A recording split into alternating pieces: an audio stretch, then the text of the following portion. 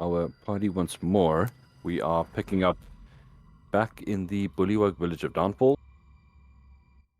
You guys have made your way across the swamps of Hither, managing to avoid quite a bit of conflict and strife, eventually finding the very strange, strange as everyone else in this place, but the very eccentric Bullywug people here. So far you've met a couple of them, fixing up swamp gas, hot air balloons, trying to put out fires, this or that. You did meet a bunch of their ex-leaders in the form of their decapitated heads, which were put on spikes and seemed to be alive and well and quite, what's the word, jeering, mocking, and, well, generally talkative. But we stopped with you guys saying goodbye to the set of past leaders and heading straight to the the next little blip of land which houses a noble gathering. You can see many bullywugs sitting cross-legged on cushions, resting before a mightier bullywug. By the look of his stature, you can see exquisite garb and a small little pet crocodile that is also dressed up next to him, kind of lying on like a dog bed. And that's where we are picking up. If I've forgotten anything, feel free to shout out. You also did meet on the bridge Clapperclaw, a scarecrow effectively. He also did say that he was a prodigious guide, capable of braving the mists that have kind of enshrouded the land recently. But he has lost his spirit with the fact that he has lost his head. And the bandits have taken his beautiful stag helm and stag skull, which he used for a head, and replaced it with this gourd, which rattles and is no good, according to him. So many sad stories besides, amongst others. Looks like Bavlorna has a very visible negative effect on the land here, but you guys have come to maybe beseech her in order to get something of your own back. But regardless, I think we're going to pick up with you guys kind of arriving on under the gazebo. Sound good? Yeah. Yep. Okay. In that case, let's get our Feywild music going. And as you cross over, this with the swamp ambience, the kind of swamp sounds all around you, insects screaming, frogs calling out, jumping into the water. A grand marble gazebo stands ahead of you, atop a mound of soggy earth that's white stone streaked green with bits of algae. You can see that the support pillars have sunken into the muck unevenly, and you're still on the splash screen. Let me do that quickly. Here we are. The pillars have kind of sunken unevenly, causing the house to lean precariously to one side.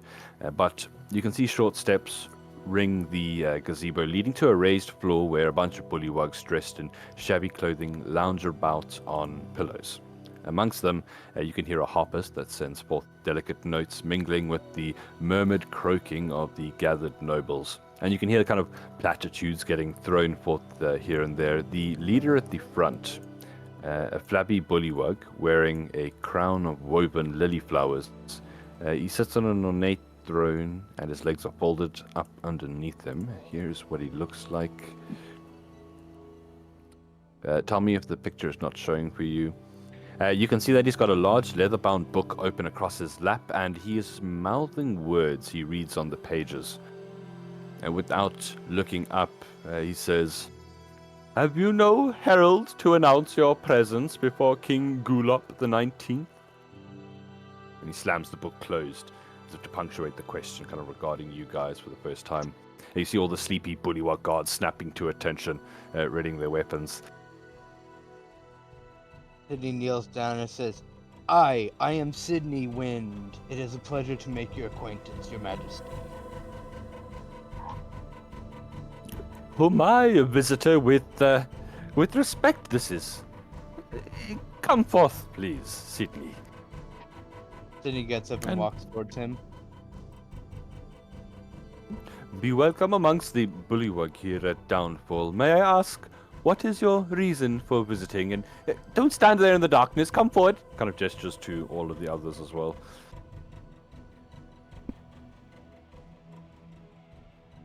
I be seeking Bavlorna, your majesty. It is unusual that one does so willingly. But all the more power to you, I guess. Maybe perhaps we can come to some kind of arrangement, I think. He kind of looks at the much thinner toady next to him. That's kind of like his advisor who nods to him, and some of the other bullywugs nod as well. As if there's some kind of like secret that's going around, that a joke, that private joke. I actually find myself needing someone to make a delivery to Bavlorna for me. Returning this, he holds up the tome that he was reading. There has been a mistake. It was stolen from her, but I have managed to recover it. If you wish to see... For you. Yeah. Well, you see, visiting Bavlorna is not as simple as sailing across the lake. One must be part of the Soggy Court. And if you're willing to be inducted, well, as a favor, you can drop this book off on the way. And he looks towards the group. Does anyone else have anything else to say? It would seem that Sydney seems open to this. Can I roll insight? Specifically about his claim of the book and stuff? Okay, yes. And I'm going to ask... 15. So, let's see here. With the 15, I mean, there's definitely... Okay, with regards to the book, he is nervous about the book. What you can tell, he is holding something back, but he's being truthful about the part that it was Bavlorna's and it was stolen from her. He obviously doesn't want to have it on him, and it sounds like he doesn't kind of want to be the one to give it back either. Okay. What were you going to ask? Bam Bam? What does the Soggy Court entail? Oh, it's a formality, really. Simply to allow you passage to the house. A little agreement we've made with Bavlorna. You won't be expected to attend any meetings or dinners or state functions. Do not worry. I've never been part of a court before, let alone a soggy one. I'm in. Simple. My assistant here will take you back to the palace, get you dressed up, and when you are ready, we'll get you on a boat, and you can visit Bavlorna as you wish. Cool, costumes. I'm used to those. But first, drinks, please. And he kind of gestures over. You see one of the bullywugs come and with the silver tray start handing out goblets of wine to you all. Does it look like they're handing out wine to everyone else as well? The others all have wine as well. The king does take one to kind of toast with you. Okay. I raise my glass to the Soggy Court. Nice. As the king raises his glass in turn, and to new acquaintances. You feel, specifically Kelvin, as the porter comes past your back, there's a feeling of pressure on your hand. You kind of flinch, but there's like a piece of parchment that's trying to be surreptitiously pushed into your palm.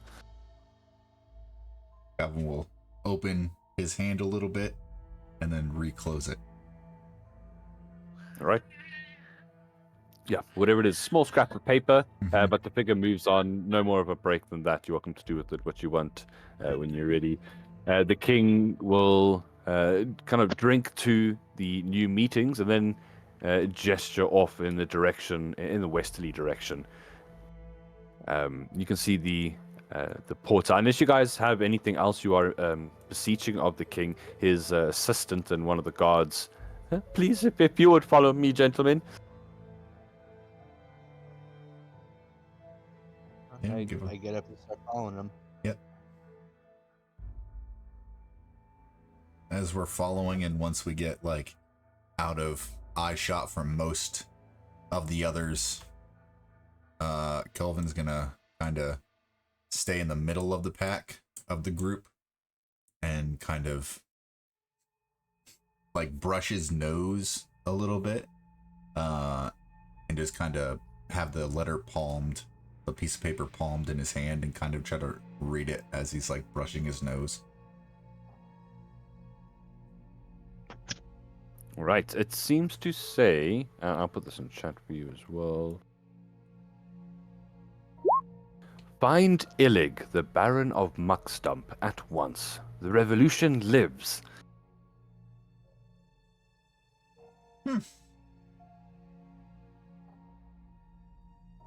So, do with that information what you Yeah. will. You are led up to a large building up ahead, and you can kind of hear the croaking of many bullywugs inside. Seemingly the palace of the people here, the Sinking Palace. It's built around a single kind of big tree. Two of the limbs reach out through the walls like enormous welcoming arms, and you can see that the interior is roomy, an open floor plan that allows occupants of the upper story to kind of look out over the lower one. You can see bullywug courtiers crowded into the space, filling it with these guttural croaks. And all the clothing here is kind of faded and stained with mud. But you are led inside. You will find a change of clothes through here, please. And kind of leading you guys into a private room here. Where you can see the bullywugs relaxing in the pools and, well, some of these at least enjoying the better life.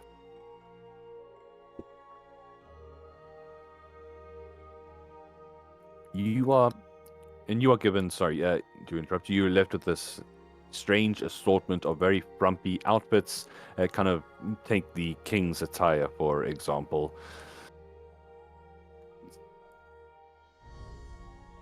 Kelvin will immediately find something that's roughly their size and begin donning this cribbagely attire. Sydney grabs a rather oversized one and just kind of throws it over his own clothes. Nice. Yeah, it's all like frills and frumples and billows clothing, stripes. Are you quite done in there? And this is kind of what the knights look like. Oh, that was... you can hear that was the king's voice. The porter instead is outside. I've been told to take you to the boat when you are ready, sirs. Sydney walks out. And is there anything like what the knights are wearing instead? I'm afraid not. No suits of armor. Not that would be allowed. Excuse me, Sir Knight. I have a question. He looks over towards you, yeah? Since we are now members of the Soggy Court, it would be nice to know the different areas of this beautiful swamp that you live in. Do you have names for certain different parts of it?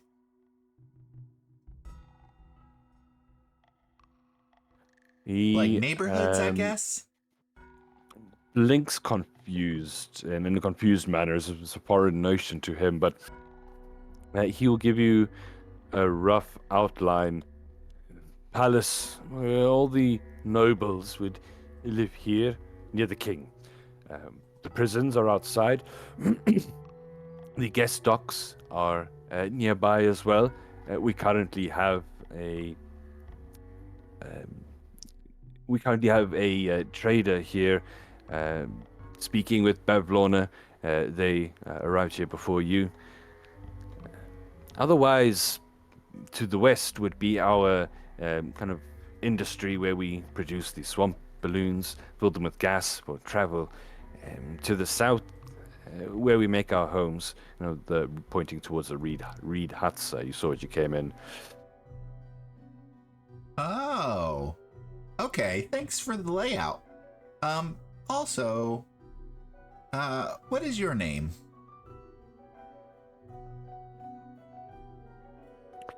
He would. Got it here. You may call me Grumple. Now, is that Sir Grumple? It is Grumple, the croaking sage. Croaking Sage. That's very nice. Now, do you use, are we gonna be given names? Like titles? Like, I don't know. Do you have barons here? We have, well, yes, we, I believe someone, a gentleman by the name of Illig. Oh, a baron.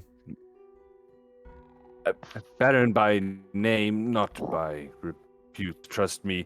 He wallows around by the southern huts with the other commodores. Oh, Now, if you're looking for an up-and-coming, I can point you towards Splop, Duke of the Three Rocks. Might have a new king on our hands there. that's a wonderful Don't title. tell them I said that. Oh, I won't tell if you don't tell. Thank you. I feel like I'm right at home in the Soggy Court now. Hey, DM. Yes. The talking heads mentioned somebody, and I didn't get the name. Was it the name of like one of the previous kings? What was the name to do with? Usurper or planned. Yeah, didn't they each mention someone they thought would be the next king or something like that? They were taking bets on They had something. they had various stories of the previous how they died. Kind of. Oh, Wait, they would have mentioned a couple of things here. They did say that the current monarch, being King Gulop, the 19th, they agreed that he is a weak ruler. They've heard rumors of another coup in the works, which kind of lines up with what you found. But from their chatterings, you can gain the idea that the rulers probably don't last long here. They always seem to get backstabbed.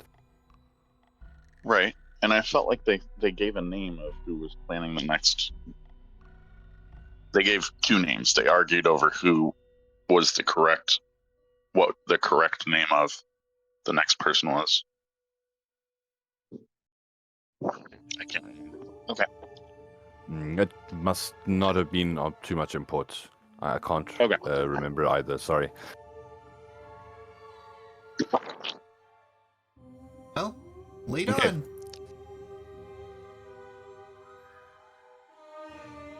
So, they will, let's see here, stops for, as they get out of the front of the palace, you can see another one of the guards come up and speak to the Bullywug Royal that's been accompanying the king's retainer. No, you can't be serious. Just wait for me here, please. Go, maybe check out the. Kind of gestures towards the east. Check out the shop or something. Lead the way. Runs after the knights, and you see them kind of heading back to. They're quickly lost in the mist, so you can't see exactly what's happening on the next island over, but you can kind of hear sounds and alarmed croaks coming from that direction. But momentarily, you are kind of left outside the front of the palace.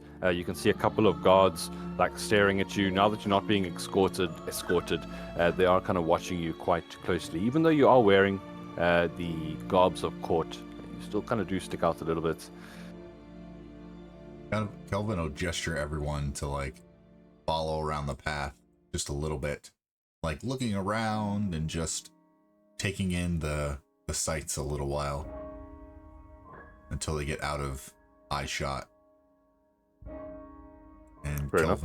Kelvin will lean into them and kind of take out the letter and say, someone handed me this. They said to find Illig, the Baron of Muckstump.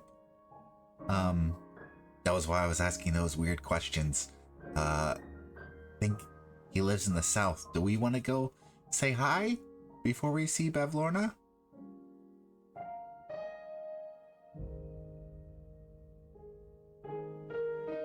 What more does the note say? No, that's Or just is a that it? revolution. Revolution, eh? Could be what them talking heads back there were muttering about.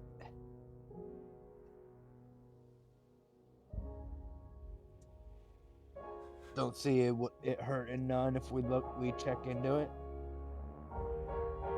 Just taking in the sights of the swamp, because we're members of the Soggy Court. And as you're following this path further into the island here, you see two objects kind of rising out of the gloom.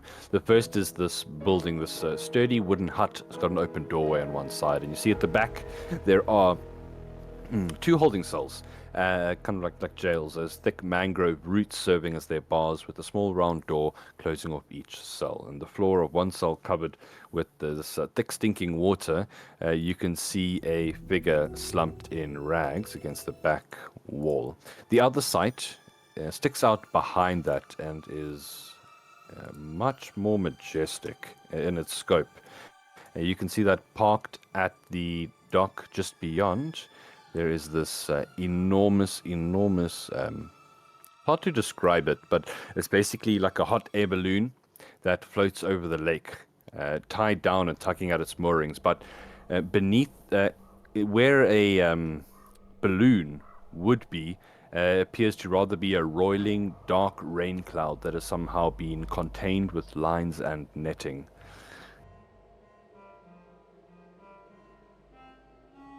I'll see the cloud and be like, did they capture a cloud?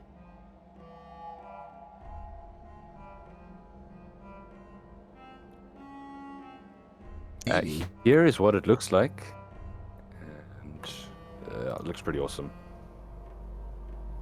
Oh, wow.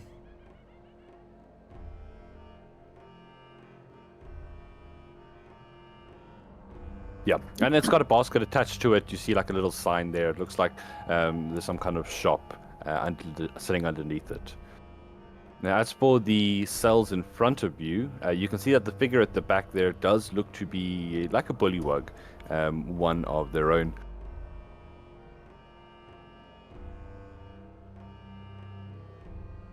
So what's the party doing? I'm gonna go like, hello there. Someone, who's there? Rubbing his eyes. Is that you, Hopnop? I'm hungry. I be not Hoplop. I am Sydney Wind. Sydney H. Wind. my- Pleasure to make your acquaintance. Likewise, Sydney H. Wind. Sorry, you catch me at a bit of a bad time, I'm afraid. What brings you to the cell? Why, the guards, of course. But besides that, my own folly, I guess. Oh, wishing my people could be free from the monster's influence.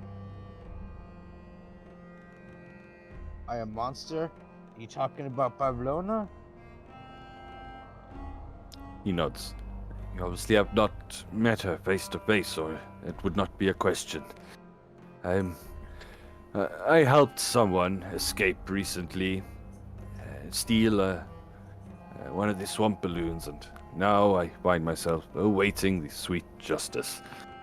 Oh, is that Sir Talavar?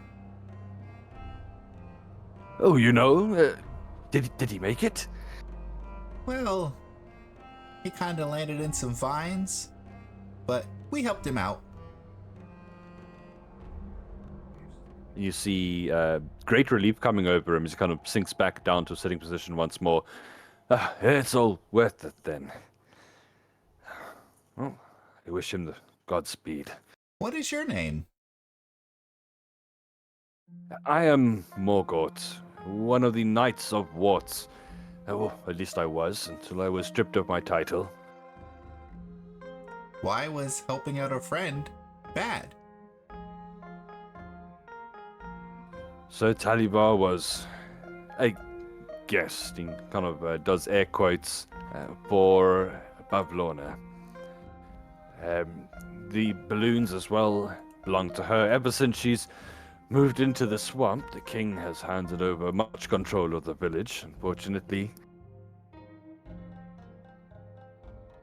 Oh. Do you know what this is? And Kelvin will kind of gesture it. I think Sydney has it. Is the book, or we haven't gotten the book yet? Have we gotten the book? The I believe he would have given the- it to me, but I don't know yet. the retainer was holding it, and they were going to okay. kind of give it to you as you got onto the boat. Got it. Never mind. You said he looked hungry, right? Yes. All right. I was like, you look a little hungry, and I'll give him 2 of my rations. Thank you, friend. You may possibly be saving my life. If I'm to face trial by combat, I will need all my strength. Are you happy with the current ruler? He gives a dry laugh. If I was, you think I'd be behind bars? Be out there like one of those sycophants. Well, I hear there's a revolution going on, and Kelvin will kind of step forward a little bit and say, "We're looking for Illig, the Baron of Muckstump. Super hush hush. You know how it is. Do you know where we can find him?" He nods. I do not know him personally, but I know of him and where he resides. The southern residences, northernmost building. Thank you. Is there a way to get there? This way? And Kelvin will point, like, southeast? Down somewhere this way? Is there a way to get there? Well, now that you are members of the Soggy Court, you should be able to use the royal docks. There should be a boat basically on the other side of the palace building. Oh, So yeah, that's pretty easy. And if you want know, it. But maybe- your retainer... go ahead. Yes? I was going to say your retainer did ask you to kind of just hang around the area for now. Yep. And he'd be back shortly. Yeah. Okay. Well, you know, we'll see if we can get you out of here too. My friends, I appreciate the sentiment, but you would be creating a great enemy for yourself. Look around you, there's none but servants of Bavlorna in every direction. All the good bullywugs have gone. Well, one remains. I'm looking at him. If we could get you out, what would you offer in trade? I'm afraid I own little in monetary value. Could offer my services, skills, my knowledge. What would you have of me? Possibly your services. I think we might be able to strike up a deal. I mean, it may come off harsh, but whatever I intend to say to try to get you out, don't take it too personal.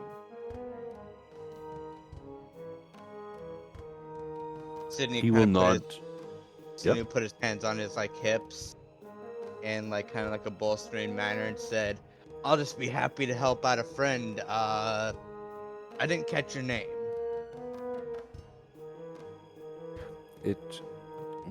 Just split more Gort. I'll put that in chat for you. A pleasure to make your acquaintance. I'll like kind of reach my hand through the bars to shake his hand.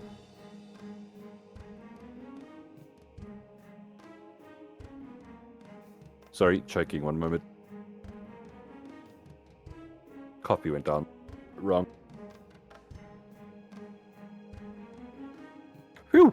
But he does shake your hand. A slimy but strong, confident grip. Just be careful. If you are going to be meeting with this terrifying creature, you cannot trust anything she says. Her words are like the tongue of a viper. You never know when they may strike. Well, if all goes according to plan, we all, including you, will be meeting her.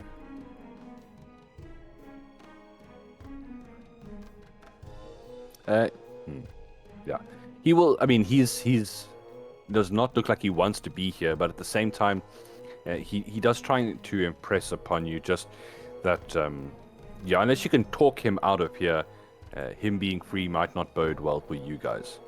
But yeah, he's not sure of what your plans are, so he would accept freedom. Just hopefully not at your expense.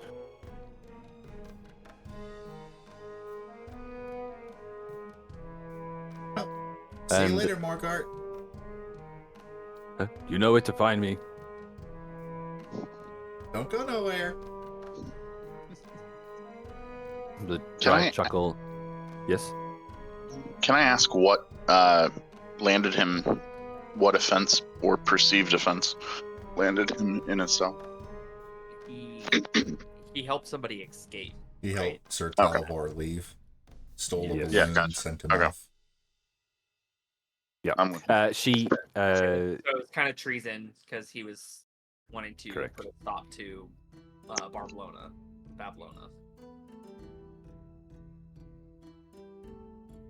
Okay, but you will also the last thing he'll tell you, just as a bit of extra information, is that Bavlorna is a recluse. She never leaves her cottage, very rarely, and kind of now that she has control over the bullywugs, they're kind of her hands and eyes and ears.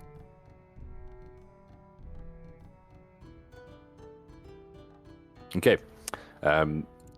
Looks like no one's come to call you yet. Would you like to check out that strange air balloon?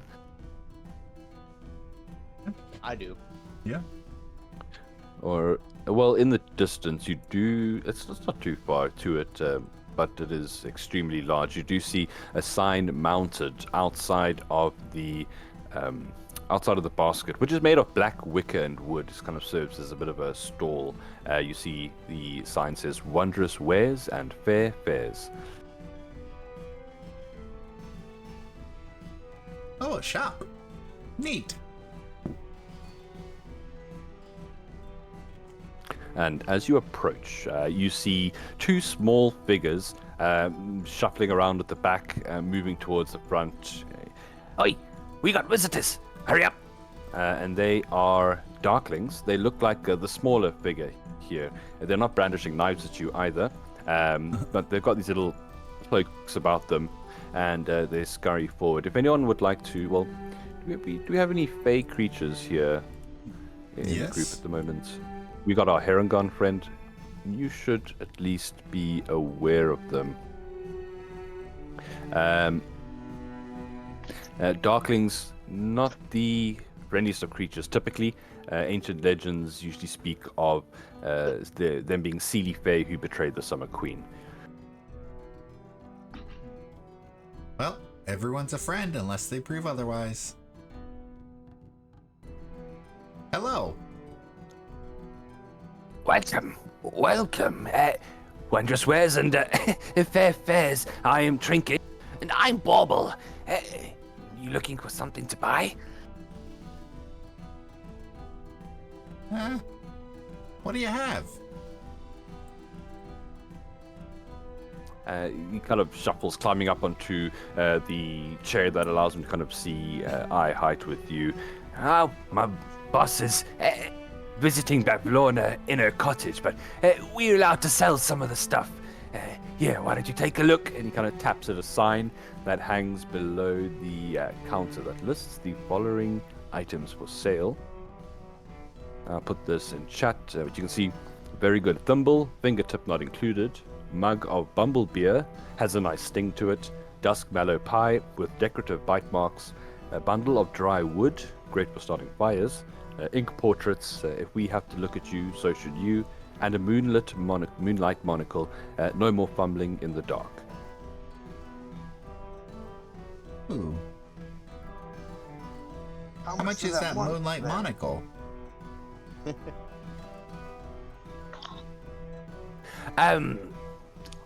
Paltry amounts. It'll simply cost you the color of your eyes. Oh. I'll look at Kelvin and go, haha, here we go again. So, if you take the color of my eyes, what color would they be? Like a transparent, see-through color. Ah.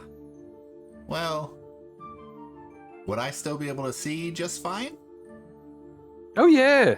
Some people say even better than before. Can I insight that?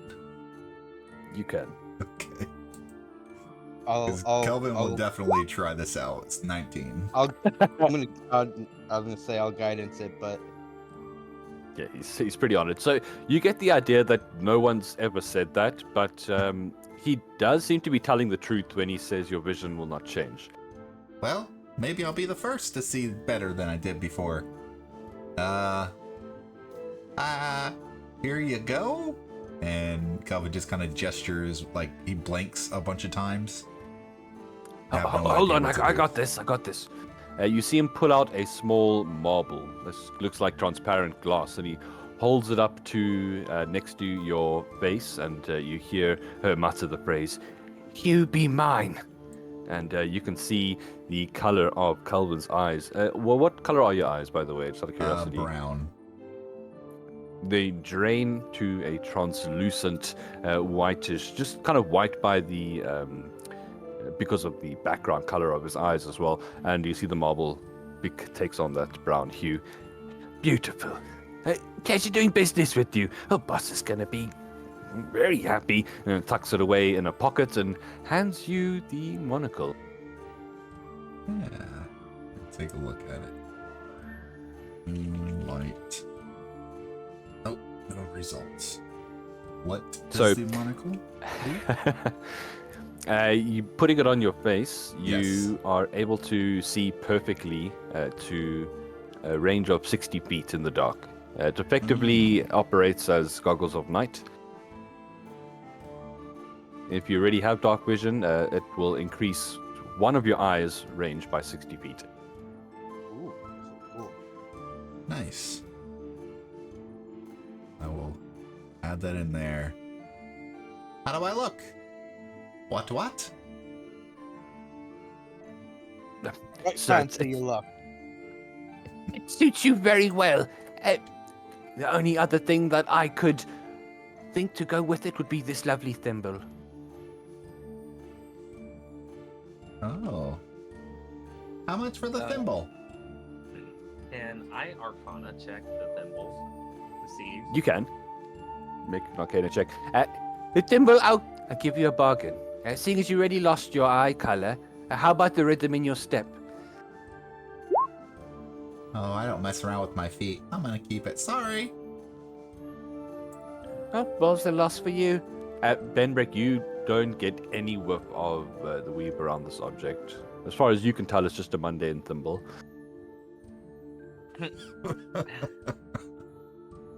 I'll look at the dusk mallow pie, and my eyes will kind of dart between the mug of bumble beer and the dusk mallow pie, and I'll look at him and, how much for either of these? Or what for either of these? I think that could offer you the same deal if you're willing up to give a bit of your rhythm. Or the color of your eyes. I'll take that. Senor kind of cock his head in a confused look, but also like a contemplating look. And like, well, since I wear my goggles already, might as well give up the eye color, since I'm getting something in return. I'll kind of look towards the Duskmallow pie. I was like, the pie looks good. I'll be taking one of those. I'll be taking that. Nice. Very well. The last slice. Baked by Granny herself. And they take it out and wrap it up for you, hand it over. Pleasure doing business with you. Your granny or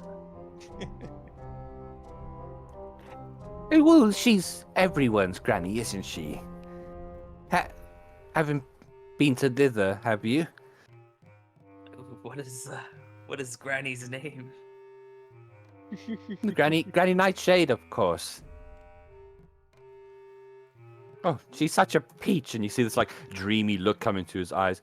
Got all those children tied up, making her toys. She's such a life.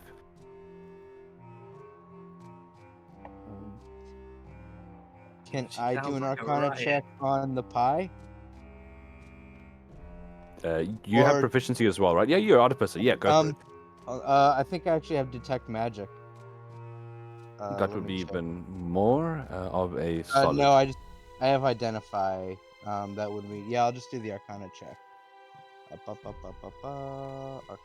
There we are.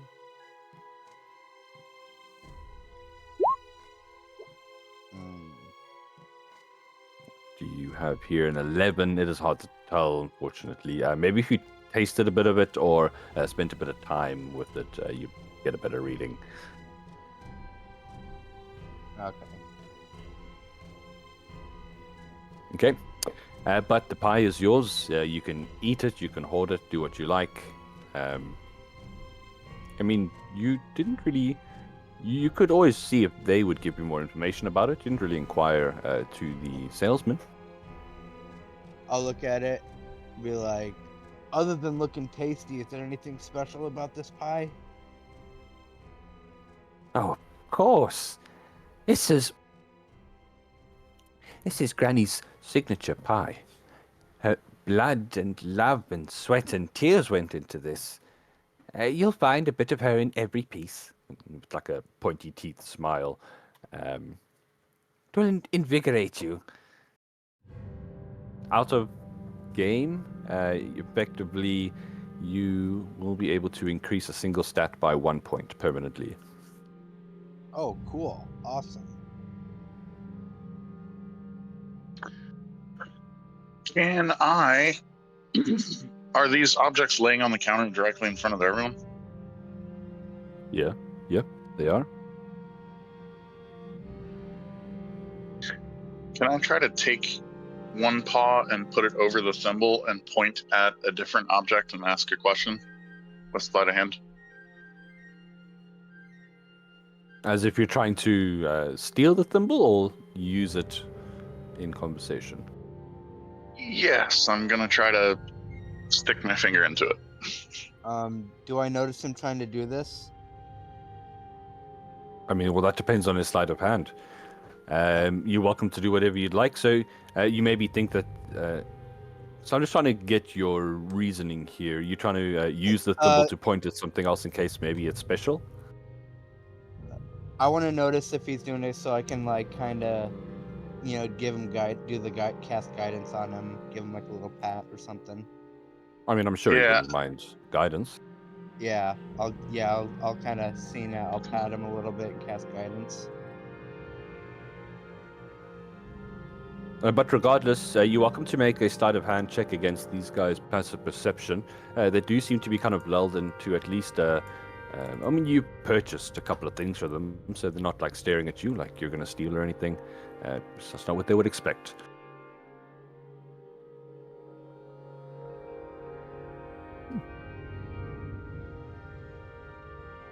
But you 22. Oh, wow. Yeah. Okay. What are you doing? You easily manage to palm the thimble. It slides onto your finger, kind of hooking there without any issue. Okay. And Nothing- I'm asking about one of the other items while I do this. Sure, sure. Go ahead. Bundle of dry wood.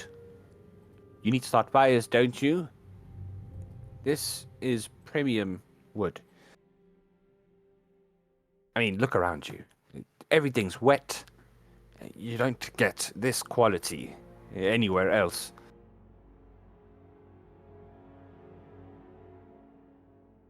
I mean, the things here, you get the idea that they're really hit or miss.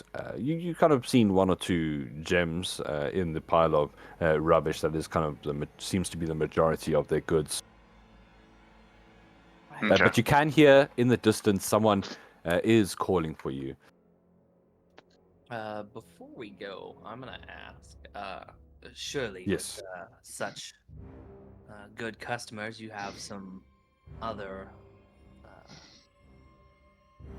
more interesting items for sale. They share a glance between each other. You're welcome to make a persuasion check. I'll cast guidance again. Okay, a 12. And No, sorry. That 2 was me from a while ago. Oh, I see. Yeah. And I would like you to, seeing as you have purchased already 2 items from them, go ahead and take advantage on this roll. So give me one more persuasion check there. Otherwise, we're working with, it looks like an 11. Yeah, no, 11 it is. You can see that they consider it, but Boss must clear everything that goes onto the shelves. I don't want to get in trouble. This is all we have for now. I'll kind of look at the pie and kind of stare at it a little bit, look back and say, what do you mean by the rhythm of my step?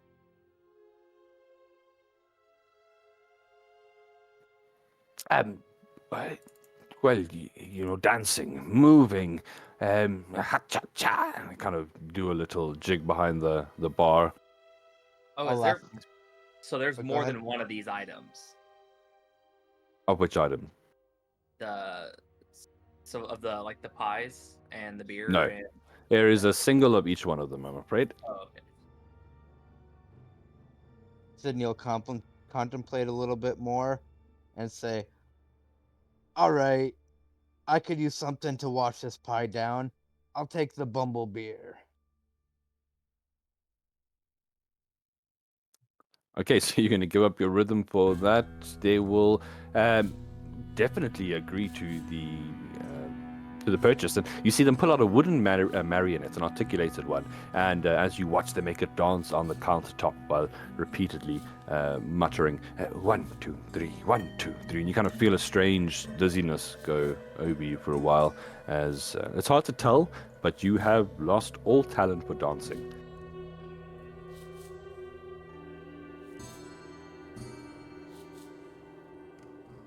Then you'll just kind of like shake his head a little as, like, when you get like dizzy and you like come to, you just kind of like shake your head a little bit. Like he'll do that. He'll like, whoa. So they will slide over this very interesting looking tankard with sloshing ale inside. You can see it's got a bit of floating bits in it, but they don't seem too concerned about that. And you can see in the distance, yoo-hoo! The king is ready now. Please, over here. I'll set the thimble down and turn around and walk out. Very well. This is the The retainer. the retainer. Bye. See you next time. They will nod. Thank you for your business. Come back when our master's finished with Bavlorna. We might have new goods for sale. Indeed, we will. Yes. All right. But in the meantime, you guys are led back into... well, first of all, are you simply following the retainer where he leads you? I believe so. I would say yeah to avoid any suspicion. Very well. And you can see that he leads you not too far off. They have brought a rowboat for you and kind of just brought it up to the edge, expecting you to hop on here. We've been told that you can go. Oh, sorry, just got a bit of throat stop. You can go straight to Bavlorna, and here is the book that you need to take her on behalf of King Gulop. And he hands you this black leather tome. Real quick, the bullywog scum you have in that cell over there, we could use a pack mule, a servant of sorts. Is there any way y'all would be willing to spare him? And if he were to die, it wouldn't be a loss on anybody, right? The king is the person you would have to ask for that. Surely once you have performed the duties for him, he would be much more amenable to hearing your plea.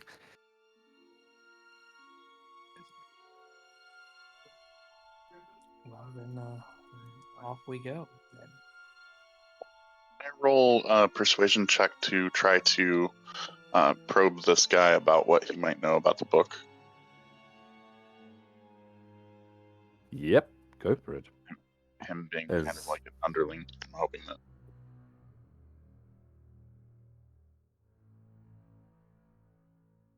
I'll go I'll ahead take and guidance that. Sorry, I did say yes. You didn't give me go for it. Ooh, very Float nice. computer. Never mind. As he steadies the boat with one hand kind of passing with the other hand the book over to one of the party members. So who's going to be accepting it? I guess I can carry it. Okay, you see written on the front of this black leather in large lettering, as if after the fact of the book's creation, it says Bavlorna's Book of Bad. And this was the king uncovered a theft that had taken place. And he looks around for a moment, just between you and I, fellow members of the Soggy Court. I believe you have a bright future ahead of you. A bit of information can be power. The king received this from... He nods in the direction of the hot air balloon. Our Darkling friends. It would seem that their master has been quite busy at work. While he sits behind, he's kind of deciding how to phrase it. It would look like his shadow is rummaging around. And then he kind of puts a finger over his mouth as if to, it's all hush hush. Okay.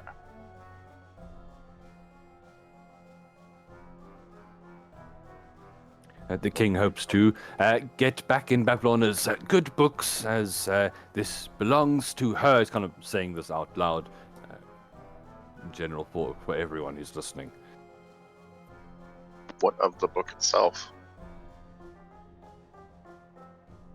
So, black leather, Bavlorna's Book of Bad. Do you try and open it? That's what I'm trying to avoid. I'm trying to ask if they know what it is about.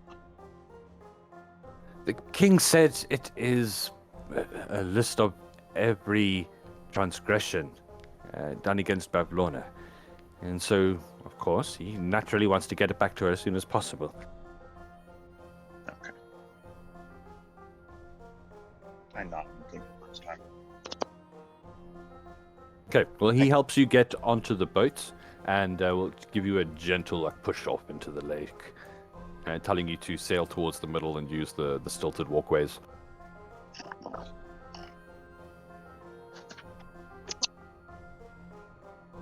All right. Is the retainer on with us, or is it just us? Nope. Just you guys. Do we want to go see Illig?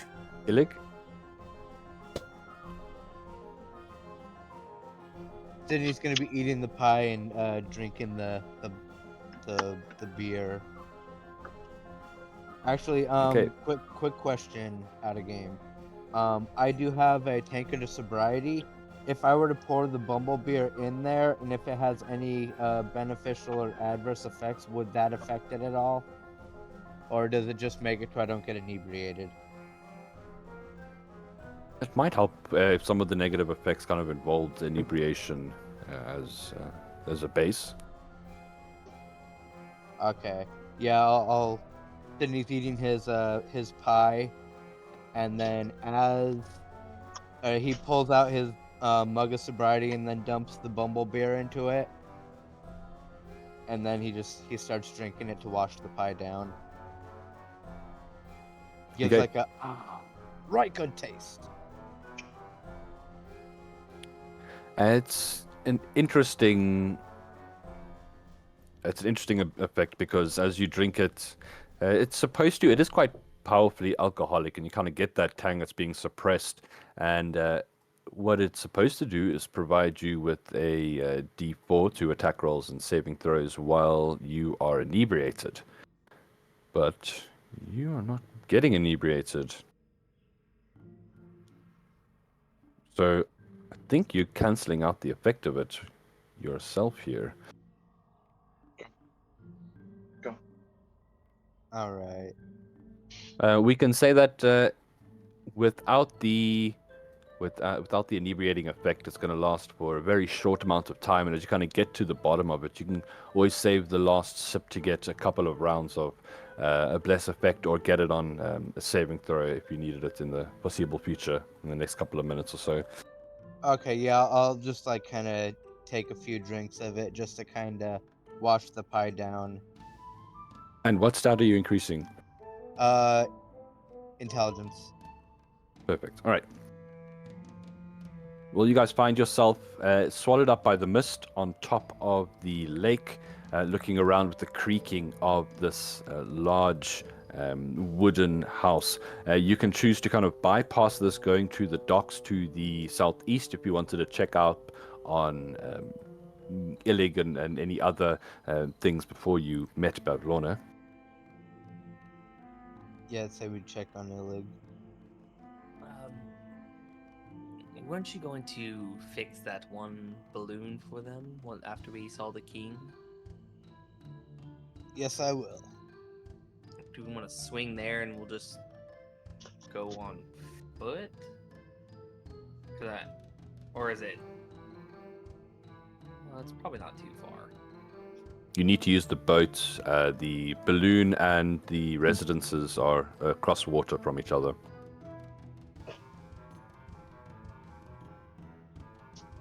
As you don't mind swimming.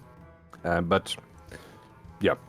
Meeting Bavlorna is also not meaning you're going to have to leave the village as soon as you do. You very well might be free to continue on anything else you want afterwards. Well, since we're So here, we you can got just a see couple of- Bavlorna. What do y'all think? Or do you want to go see Hey, guys. someone else? Yeah, we can go ahead and do Bavlorna first, because that is kind of like our main goal for this area Sure. right now. With the amount of reverence everyone's putting on her, probably best not to keep her waiting too long. And as your rowboat's kind of sailing through the thick waters here, knocking lily pads out of the way, heads towards this strange ramshackle building that you can see these washing lines heading off in multiple directions, with clothes over them, out into the mist. And you kind of tie yourself up and start to head up the wooden gangplanks. It does kind of one full rotation before eventually winding up at a wooden trapdoor leading up into the bottom of the house. Are we? We're here to see her. Wow, she was here. She is Are here, we- here, yes. Are we intending to give her the book? I'll look at the people while we're still on the boat really quick. So here's a. I kind of look Right. at him and be like, depending on how she is, we may be able to use it as a bargaining chip to get our stuff back. We might find ourselves in that book. Very true, very true. Should we take a peek to see if we are already in the book? We could be because we snuck in to the carnival. That's why she took. That's why she has. That's why all the sisters have our stuff.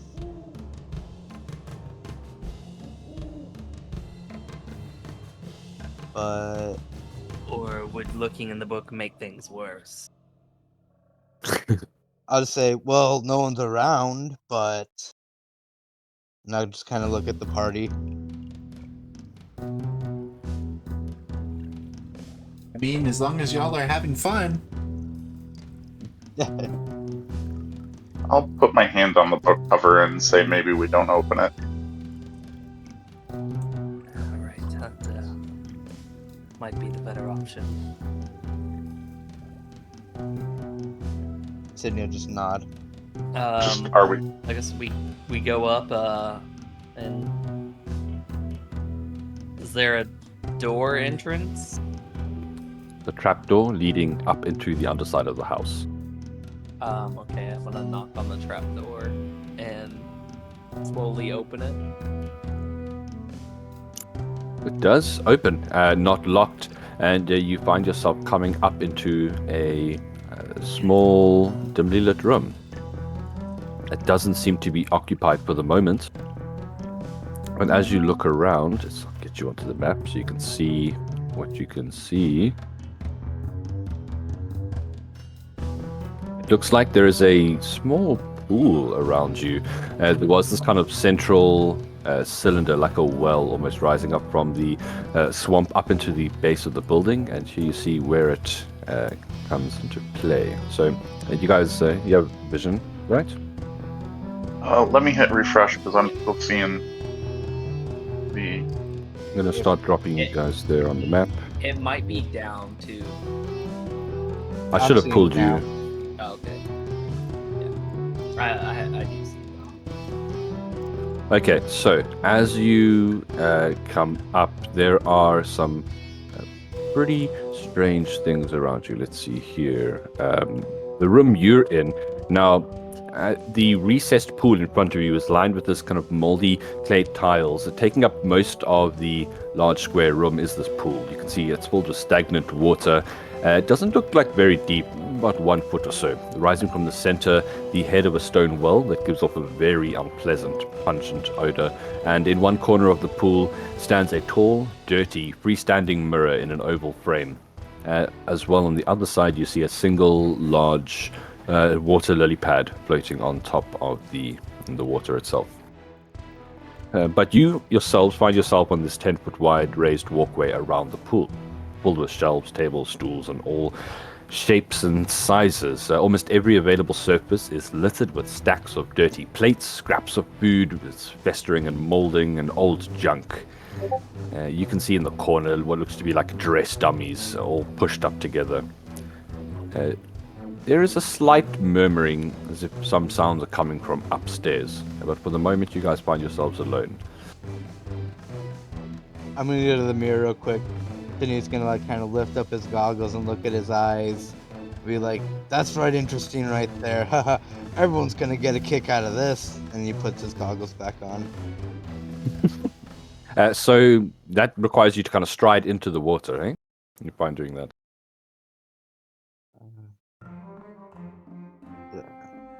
Oh, I'm still on pan.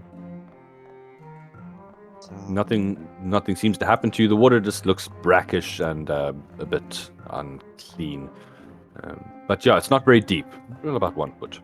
You can see multiple doors leading off of this main room, and in the top left corner, also a spiral staircase leading higher up.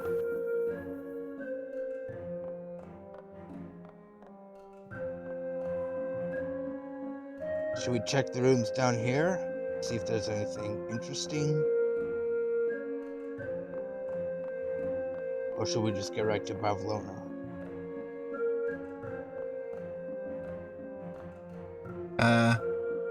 It's up to you.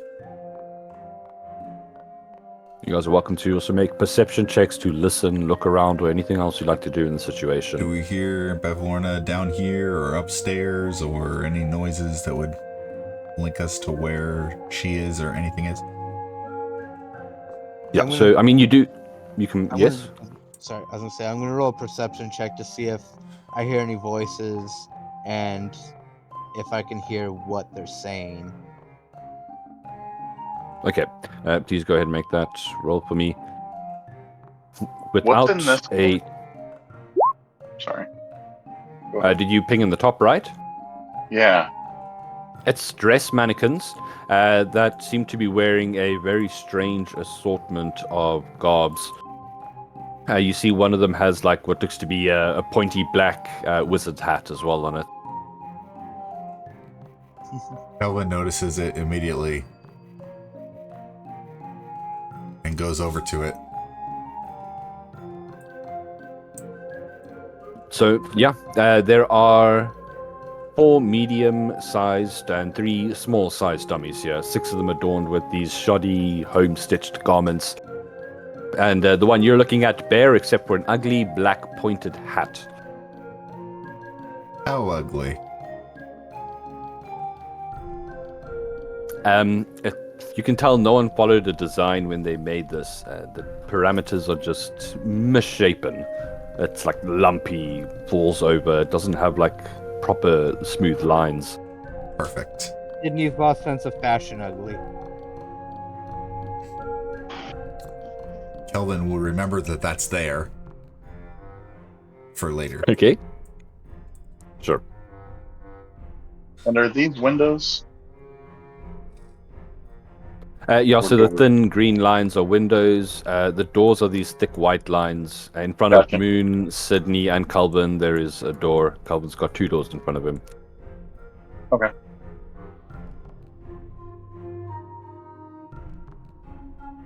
Wait, did anyone give me... There we go, sorry. The perception check, 21. From you, Sydney. So you do hear this muttering coming from upstairs. And with your perception check, you can't exactly make out what they're saying, but it sounds like it's being said in a cordial manner. And you think you can hear 2 people, one with a much raspier voice, and the other one a bit like the smooth, silky voice. It's definitely from the positioning, kind of most likely the room is directly above, like near where you're standing. All right.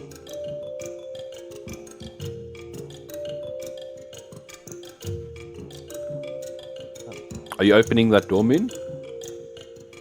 I was just gonna walk over here and stand here for a minute. Yeah, no problem. What are you guys doing, taking in this kind of weird place around you? Before we go, I'm just gonna kind of like examine the mannequins too, and then just kind of walk away. I don't want to Fair enough.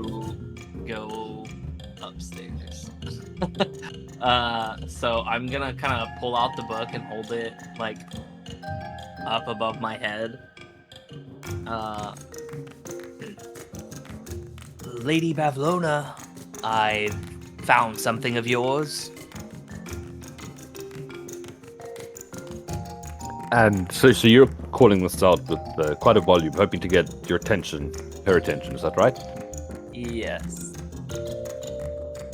Can I hide under the stairs and roll stealth? You definitely can. Anyone strongly object to him as you kind of see him drawing breath for a strong shout? No, All right. I'll Well, just like look at him, but that's it. You hear the conversation upstairs falter and cease momentarily. And go ahead and make that stealth roll for me.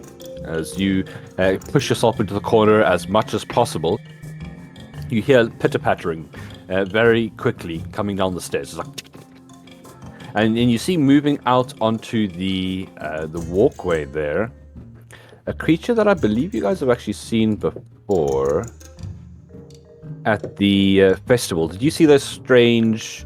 Yeah, here we are. The strange frog-like creature. Yeah. Yeah. You see this creature again. It is tiny, and it looks at these beady eyes at you, and gestures up the stairs before running back up there. And you hear the conversations carry on.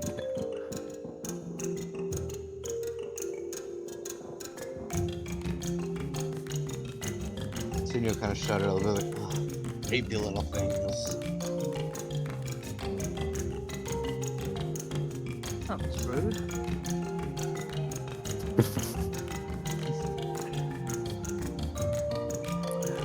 So, are you guys following it up the spiral staircase? Yeah, I'm gonna start. Yep. Now. Yeah. Very well. So that would lead you. Let me just grab all your tokens. Hold still.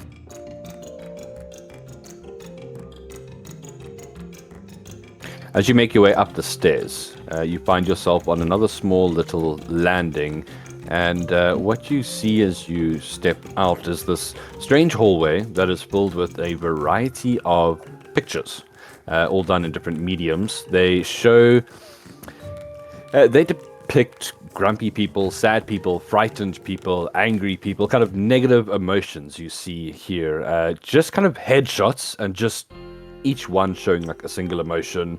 It's very strange, but the figures, the models, the subjects in the photos include humans, elves, halflings, bullywugs, goblins, hobgoblins, amongst many others. Do However, any of them look familiar? not outright, no. No, you don't recognize any of these as people you may know.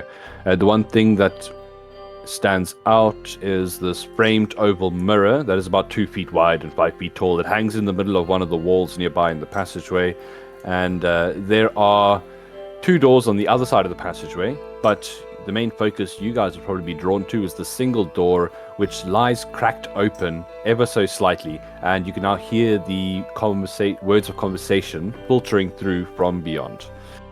Are we supposed to be seeing it on the map? Do you not have sight on the second floor here? Nope, let me refresh it. See if it... No, Yeah, hold I on. thought It might I just thought it was be. me again. It's just your token. Let me just double check that it's not doing wonky things. And let me check. I see my as token, well. but it might not be revealed.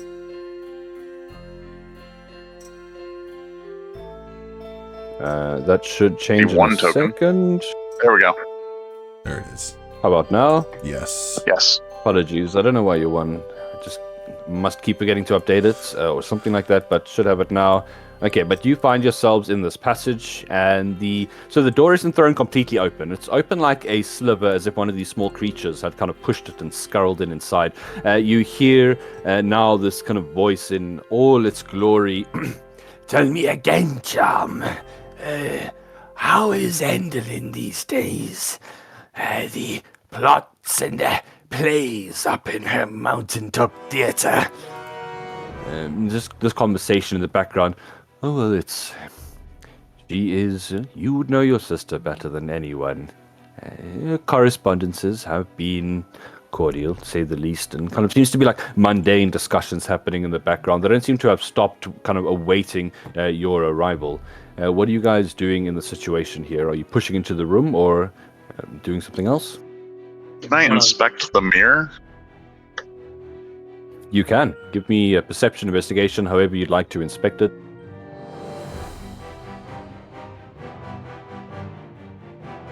Okay. Cast guidance.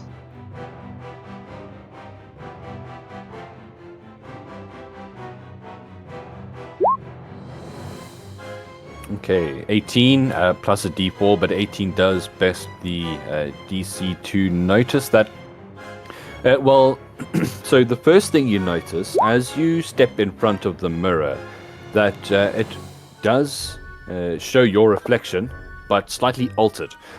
As you look into it, you see yourself bereft of any expression or emotion, no matter what kind of faces you pull.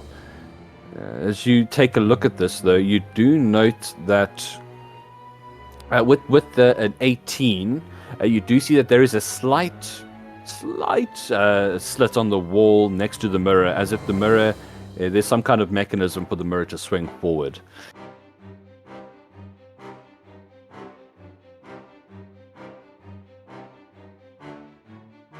Can I take a nail and kind of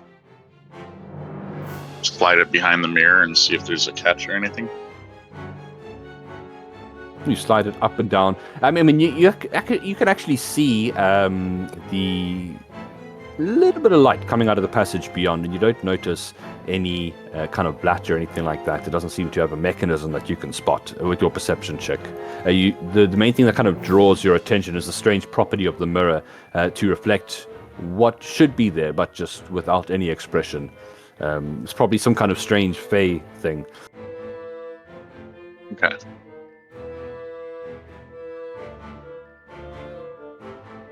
I'll call attention to it and move it aside.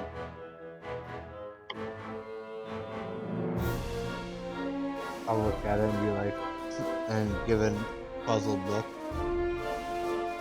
You see no puzzled look returned. Your face expressionless on the other side of the mirror. And you hear the conversation in the background carrying on, just kind of random snippets that pop out at you every now and again. Yes, we've got the League of Malevolence guarding them. They have proven to be useful in most of the circumstances, even if they did let Alcorn and Mercion go. But we can't expect perfection. Oh, quite. I definitely agree.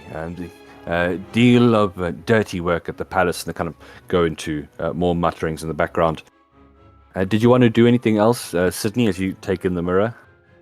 I was giving more of a puzzled look when Moon called attention to the opening. Sure. Unless Moon wants to do something with it, or anyone wants to do something with the opening in the mirror, I'm ready to head in.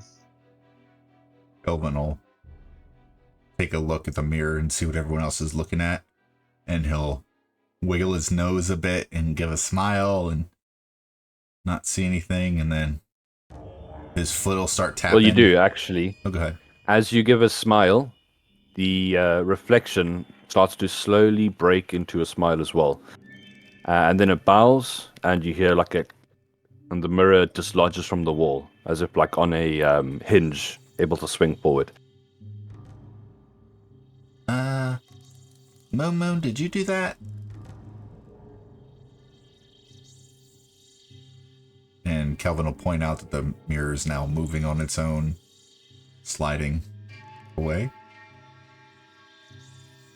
Correct. You do see a passage beyond that continues for a couple of feet before turning around a corner.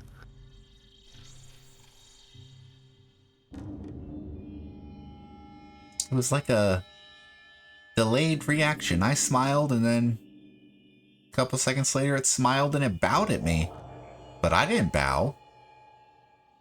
And then it moved.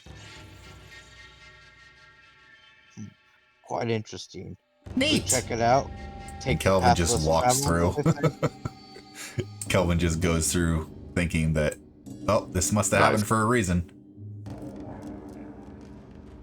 With him doing that, Sydney will follow. And as you go through, Kelvin, I mean, you both notice something very strange. First of all, those of you behind Kelvin, as he's walking down the passageway, you notice he's getting smaller and smaller and smaller. But from your perspective, Kelvin, the walls shoot up. You find yourself in this kind of immense hallway, more than a passageway.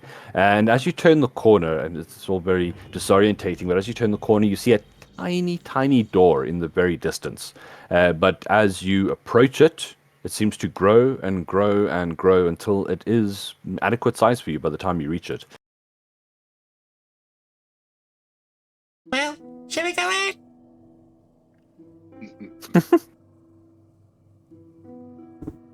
Right, Kelvin. let's check it out. Kelvin just leans forward, opens the door. And it does open. You see that there's a above you, some kind of large, enormous dresser that shows that kind of blocks any sight from above. But as you look out into the room at large, as you step out of the strange L-shaped hallway, you can see the study and these two creatures that are having their conversation over tea in the middle of the room. The first is the first figure here, you can see sitting in the armchair to the south west, is a strange toad-like woman with bulging eyes, cracked skin. She's clad in a shapeless garment and sits on one end of this love seat here with its legs pulled up underneath it. You realize her for what she is, Bavlorna Blightstraw herself. And you can see two of these smaller versions of her, these smaller creatures clinging to her like pets, like holding onto her arm. She's like stroking the head of one of the others. You can see them at the bottom of that picture there.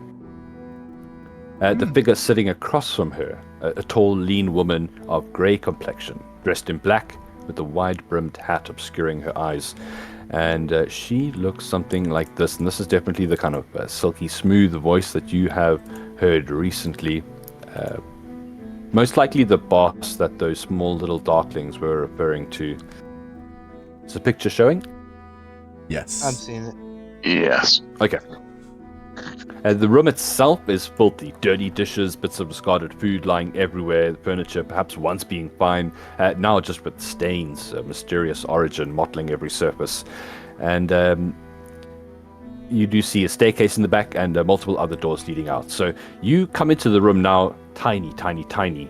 You can see that you are smaller than the little creatures that adorn Bavlorna's lap. The party token in you so everyone can see as well. As you watch Bavlorna, And you bring any further correspondence from Bav? and she like plucks off one of these small versions of her, you can see this like starts to struggle and kick out, and she just opens her mouth and throws it back.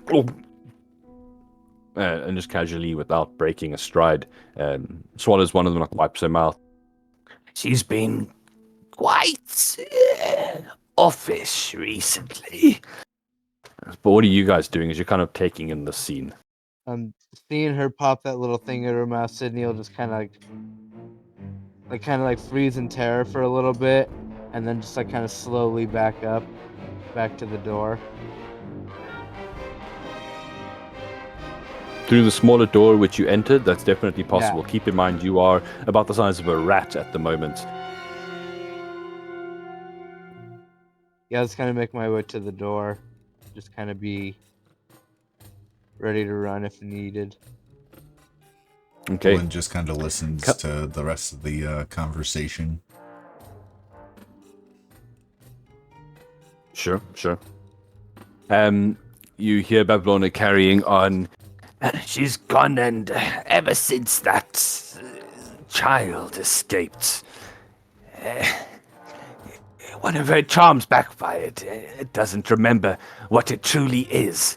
It now thinks itself Will of the Feywild or some silly name like that. It's leading a troop of kids to rescue the others. You can see Charm kind of give a sycophantic chuckle. She does seem to be losing her edge somewhat. I haven't done as much trading with her as with you and your prestigious older sister of late. He gives kind of a toothy smile.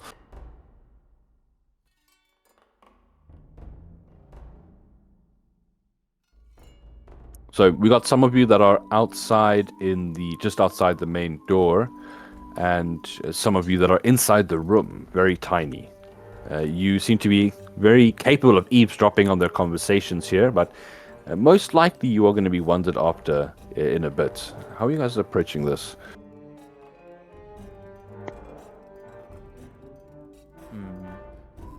What happened? Oh, there we go. Moon, stay here just in case if I run into any trouble. No need for all of us barging in here. I don't know where Sydney and Kilvin went, but I knock on the door and open it a little more and kind of poke my head in. As you do, you can see the two figures pause, turn around to gaze at you. The one in the back, this guest kind of just smiling pleasantly, stops talking to sip at her tea. You see Bavlorna turns around. Ah, my guests, tell me what act of desperation compels you to enter my home, little darlings. Come in. Oh, I can't. Oh, sorry, let me delete that. I'm Door a for you. vampire. I can't cross thresholds. Oh, sorry. No. There you never go. mind. Yes, well, the king tasked me in bringing you back this. And I'm gonna hold up the book. As as understanding and realization cross her face, let's see here. Has anyone got a passive perception 13 or higher? Yes. 19. 14. 15. 19. Just calm down. Okay. Yes. You Well- with 13 or higher, you notice something as the book is taken by Bavlorna as she gives out my book. You see this flicker of movement as a bit of darkness skitters down the stairs, slinking across the. It's almost too fast to gather. But one moment you see this figure charmed sitting here innocently. The next moment you see her sitting there in the same manner, but now she has a shadow again.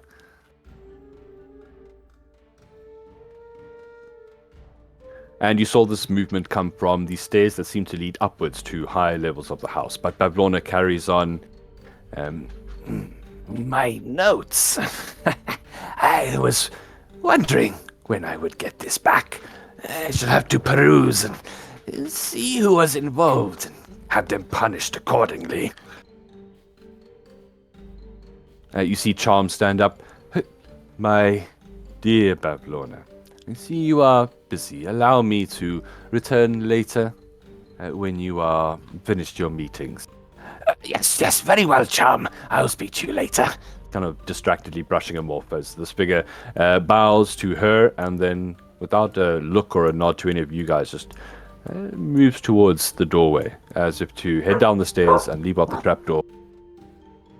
I am blocking the way. Who said that? Moon? Yeah. Okay. You're stopping her from leaving? No, I'm trying to move out of the way. Oh, no problem. She'll see me Okay. like slinking in the corner, and then I'll move out of her way. She takes you in for a moment, takes in your visage, and then you see her disappear from sight. Very stately, not panicked, nothing, just relaxed. She leaves. And Bavlorna, on the other hand, inside the room, takes a quick look in the. You can see her like flip open almost to the back of the book. Interesting. Well, you certainly could have been naughtier, I will give you that. You've done well. Doesn't look like Illig is long for this world. His bullywugs, as treacherous as they are fickle. She slams the book shut and puts it on her lap. You can see she like begins to scratch at her arm, and you see like a welt there, or some kind of large blister or boil that's busy been growing in size, and you kind of realize for what it is. There's almost like some kind of sack of disgusting ooze liquid, like a boil with inside a darkened shape. And as she scratches it open, you see one of these smaller creatures kind of crawl out of it, blinking, wiping its face. It kind of jumps down onto the floor and like runs out towards one of the doors.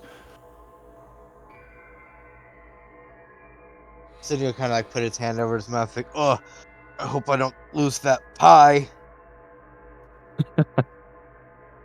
The most expensive vomit you'll ever have. She will. Well, you have already pleased me somewhat. I take it you didn't do this out of the kindness of your heart?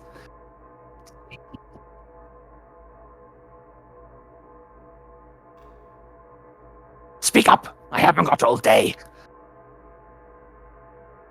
I was muted. I feel like going into this full monologue.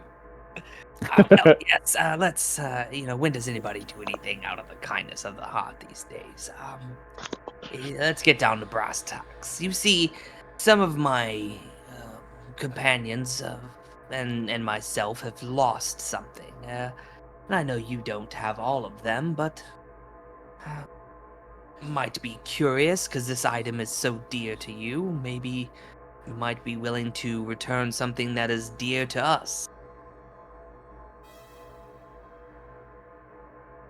An interesting proposition, to be sure. I take it you are one of the thieflings that stole into the carnival as a child?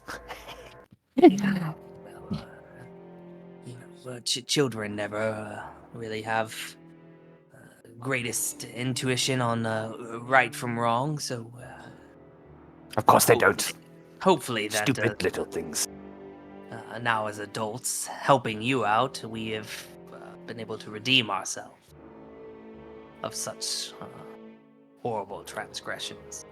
You have made a start. I think 1 or 2 more small tasks to complete for me, and what you seek is yours. Yeah,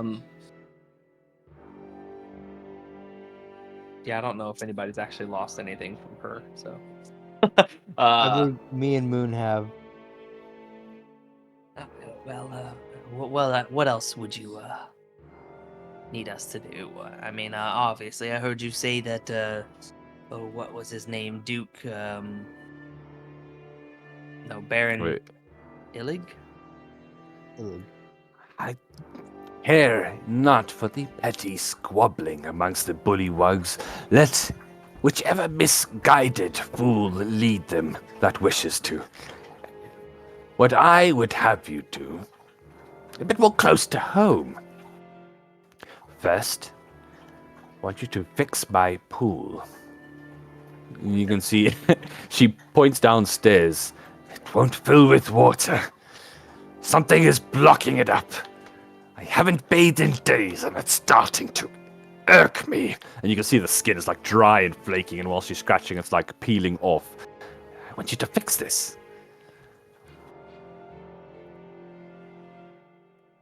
And as she looks around at the group, And then, when you are done with this, I want you to pick up a little package from the southern houses for me. One of my hunters has yet to return with my latest taxidermy subjects.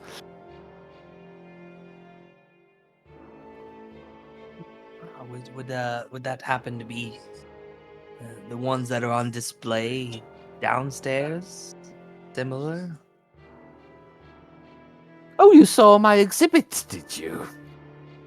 Yes, lovely. you didn't look into the rooms downstairs, did you? No. Yeah, just was it the He's talking about the mannequins.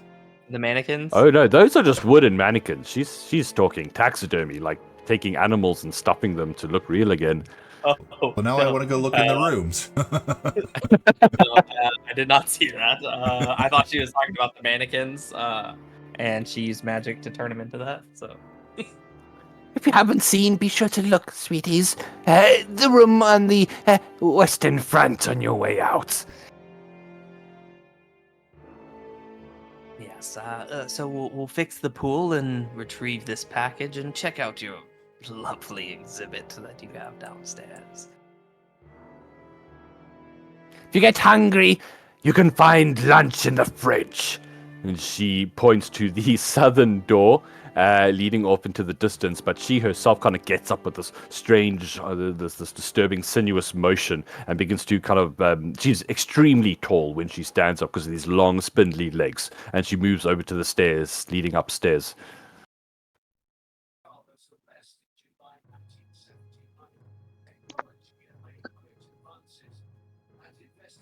Right, and as any of you stop her, she's going upstairs. She points to the door Calvin's at, saying, if you want food, you can go get through there. If you need lunch, strong, growing lads like you. But otherwise, she goes upstairs to her room. And Kelvin is Yeah, still tiny. a rat size, a tiny little size. And Kelvin was sneaking around the room underneath objects, hoping she didn't notice Yes. him. And then would follow up behind her. And can Okay. I have followed Charm downstairs? Totally. Okay. Give me well, you made a stealth check already. Calvin, let's have one from you just to see how well you moved around the room unnoticed. We can say because of your size, you can have advantage on that. Good. So I tried now to I pick just like feel like I'm- opportune times to move. Like when he came in the room, Yes. everyone looked away. Like, go that way. All right. So the first one is 12, and the second one, geez, 12s. Okay. That's fine. I mean, she didn't react, so I mean, either she kept it to herself or she truly didn't notice you. Moon, as you watch Charm go downstairs, they travel down the stairs and they move straight to the trapdoor you came in from, and they seem to leave the house. I don't know if you want to follow her beyond that. Well, I was going to try to talk to her. Okay, so we'll get to that in a moment. Calvin, the main thing that stops you is that you start to realize this enchantment, whatever it is wearing off. As you begin to climb the stairs, the monumental place around you begins to shrink back down. You realize what's happening. Oh, It would seem man. that there is a time limit. Kelvin wants to go like run back through everything. No. I mean, you totally can. You'll get another couple of minutes. It's up to you. No, But that's as fine. you go down Running the back. stairs, Moon, you calling after Charm? Yes. In kind of a hushed tone, indicating that I'm aware that upstairs could hear if we speak too loud. Stops to turn and take you in, listening to what you have to say. I'm going to mention the name of the shop, the curious shop that we were at earlier. Ah, you saw my younglings. I hope they served you well. Yes, they seem to have come across all kinds of oddities. One of which my friend actually has. Seemed kind of spooked. Are you here for any purpose? We might be able to align temporarily with.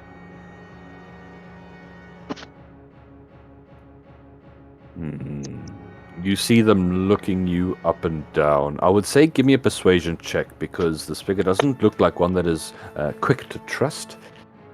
Right. Well, I'll point out the fact that I snuck down the stairs behind her and say that I'm capable of casts and retrieving things. Very well, very well. If you feel this is also more deception, you're welcome to make use of either. There's a bit of a grey area here.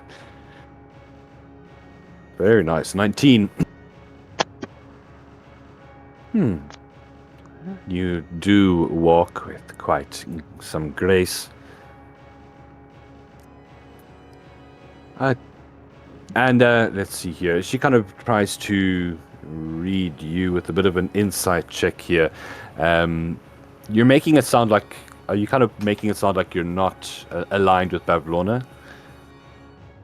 Yeah. Well, currently I'm not aligned with anyone, and I don't have anything to hide. I'm honestly speaking to her about if there's something that she's trying to do or get that possibly I could help. A helmet with strange patterning over the top. Know it when you see it. Lies upstairs behind lock and key. If you can get it to me before we leave, there'll be something in it for you.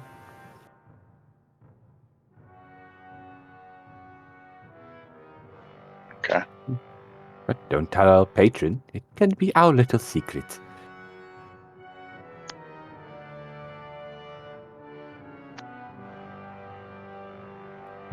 If you say anything else, if you don't say anything else, you kind of, well, maybe I'll see you soon.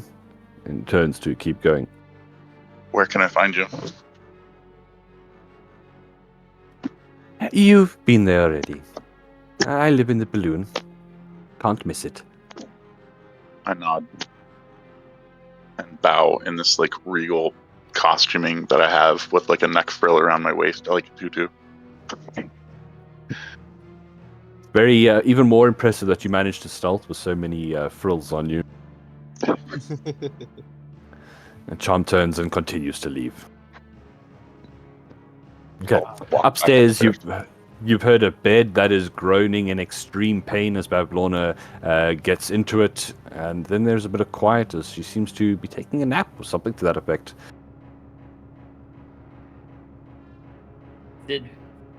Kelvin, did you run back through the hall to get Tiny again? Nah, he was just joking. He's like, I did now. I did now. As soon as- All right. On my way. I just see Kelvin run past me and run back down the hall, and I'm just like, Kelvin will come we back have in something and that we need to jump on the chair and say, "I'm right here."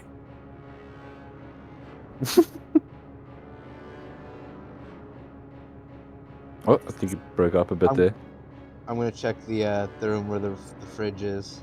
I'm gonna scrounge for some food.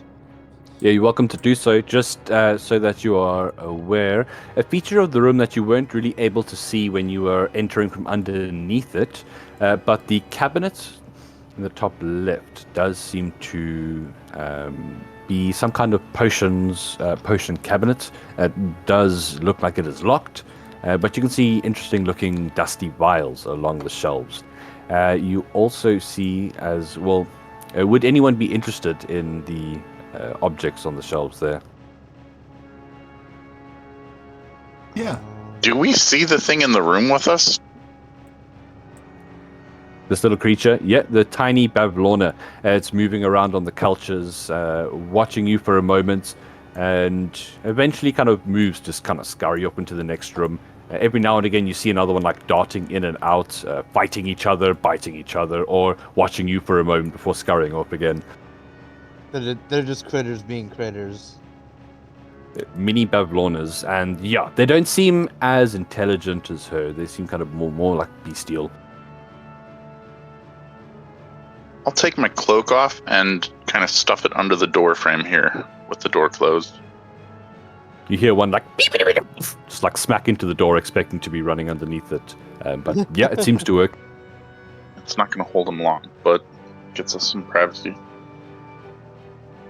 Benrick, as you approach the cabinet there, you can see this dusty glass. You got to move forward to wipe a bit of the dust away to see what's behind, and you get a bit of a shock. You see what looked to be like a fur hat or something actually yawns and stretches, and you see what looks to be a very undead cat is sleeping on one of the shelves.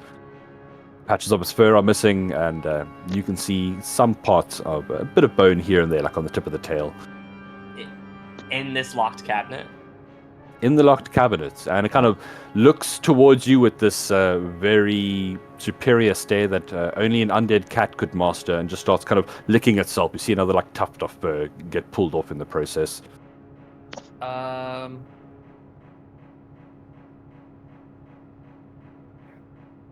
said it's undead.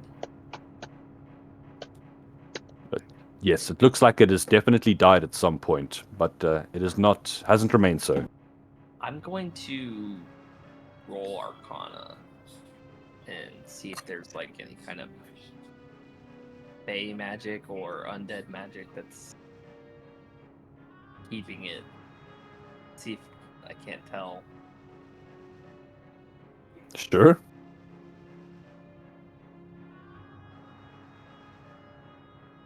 Oh, damn.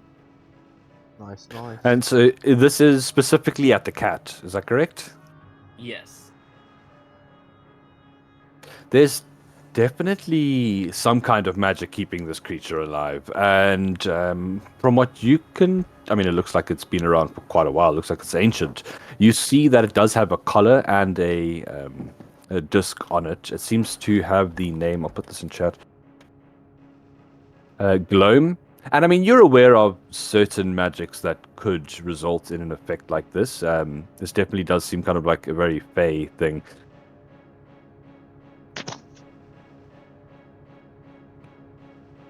But kind of evil fey. So I mean, you're dealing with, you know that these are hags, so it does kind of line up.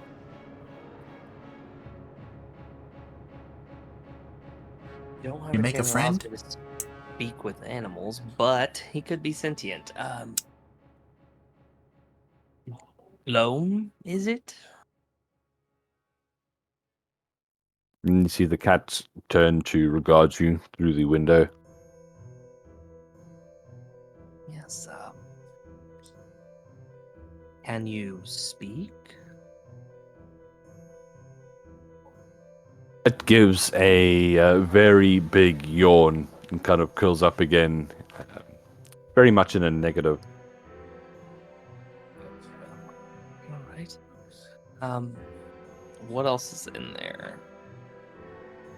Bunch of dusty bottles that seem to have labels. They're quite hard to make out through the kind of multiple layers of glass and dust, though. Is And there this, a crack or anything in the door that a tiny Kelvin can squeeze through? Not big enough for a mouse-sized figure to squeeze through. You would probably get stuck. You do see there is a key. There is a keyhole, though, so some kind of lock.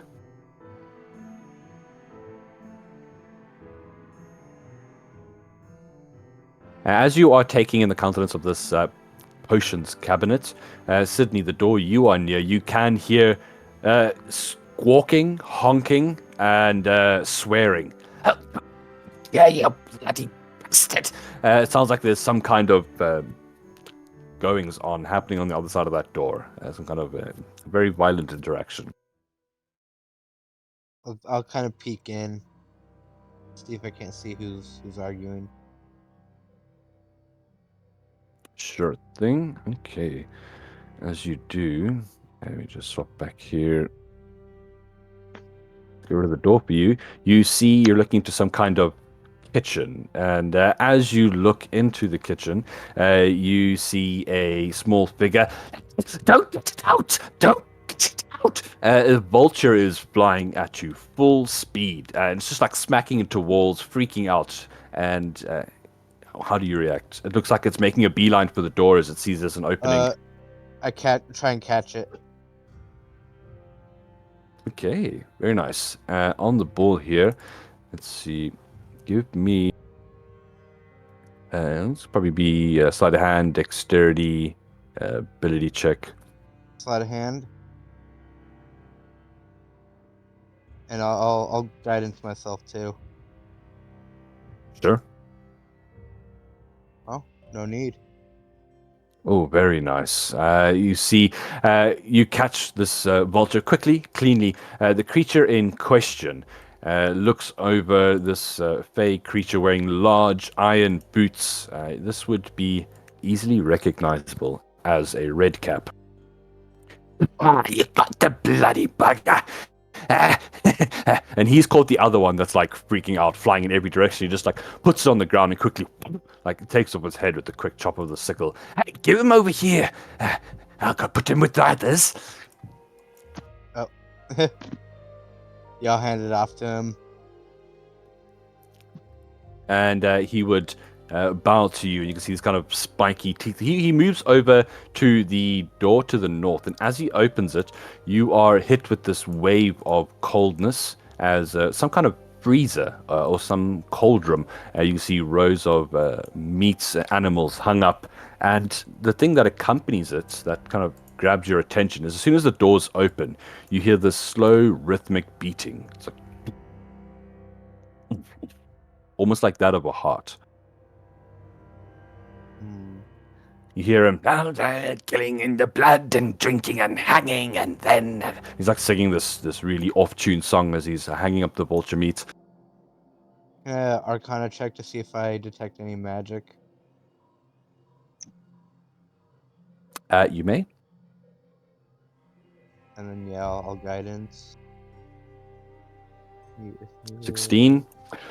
Looking around at the strange surroundings you find yourself in, you would be drawn to the room itself, kind of looking into the strange cold room. And what you see, chunks of frozen meat, of course, dangling from the ceiling on hooks and chains. Along the walls, more meat, stacked and piled up in metal racks. But a small frost-covered wooden coffer sits in the middle of the floor.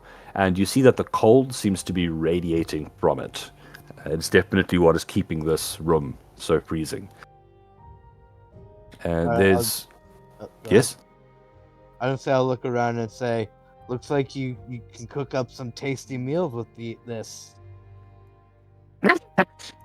You got it!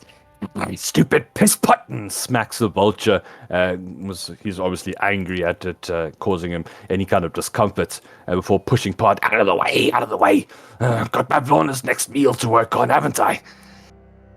But he doesn't kind of force you out of the freezer. He just walks over to the bloody table and starts chopping things up, Well, as leaving he's you in walking this out, room. I'd follow. So I have no reason Okay. to be in the freezer anymore. So as you step out, just so you are aware, the beating was much louder when you were in the room, and the sound of it does seem to be coming from the central chest as well. But as you step out and close the door, what's been happening in the other room, in the lounge?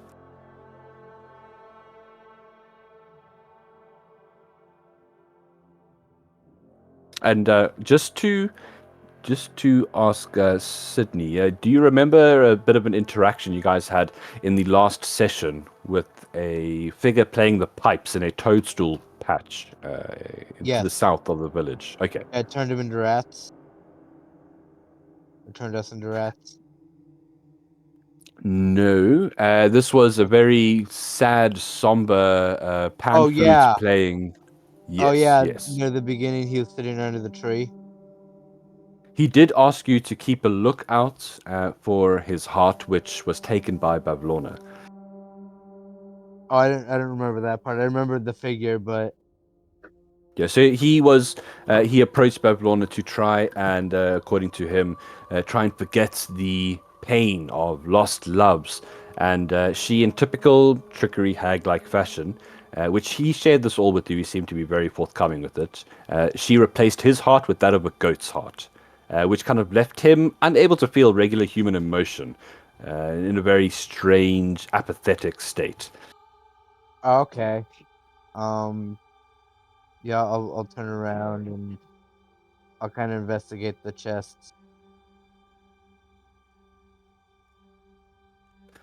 Let's see. It looks to be... I mean, there's a lot of ice on the outside of the chest. At the moment, it seems like it's frozen shut. You could make an athletics check to kind of try and pry it open. Okay. Oh, that's not gonna go well. Roll that with guidance. Very nice.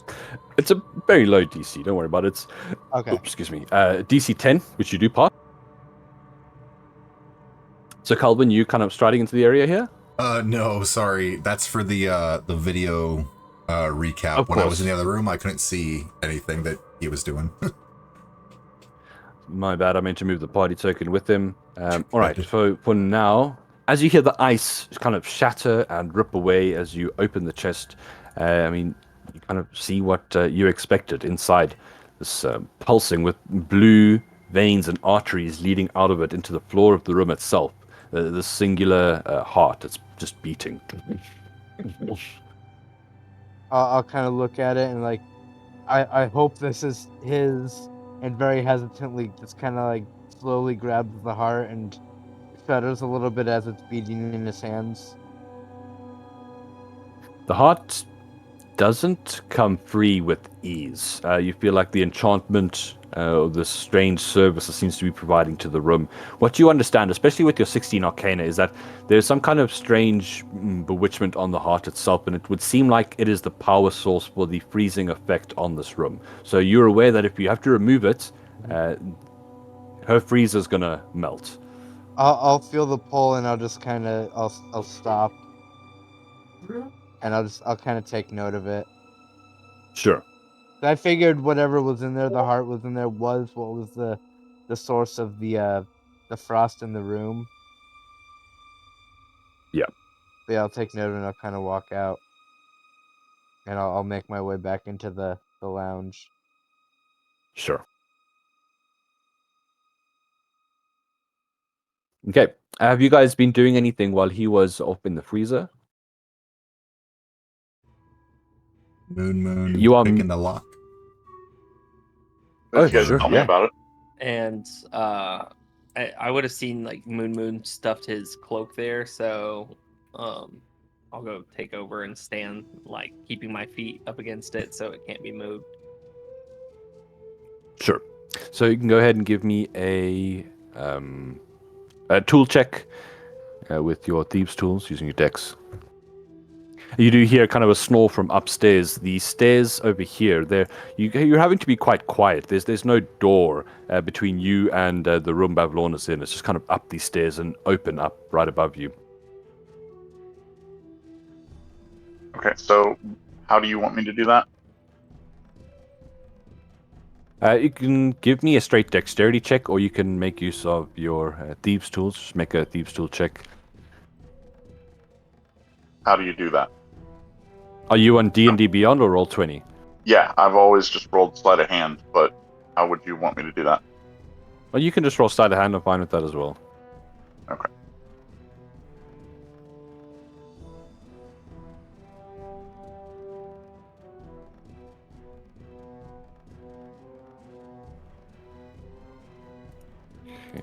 Let's see here. 16. Yep, that is one over the DC. You do manage to, with the smallest, you've worked the pins pretty quickly, and it swings forward. Okay. I will.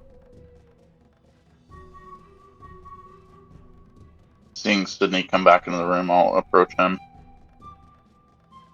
The door's open to the cabinet. So the bottom shelf holds a variety. It holds 3 of these bottles, and the labels seem to be written in a language not common, not in common at least. The top shelf holding what appears to be, now you get a closer look, a stuffed cat that shambles into a semblance of life, like stretching and standing up with this very rigid movements. Kelvin will pet it a little bit, and while trying to see if he recognizes any of the handwriting or any of the text language.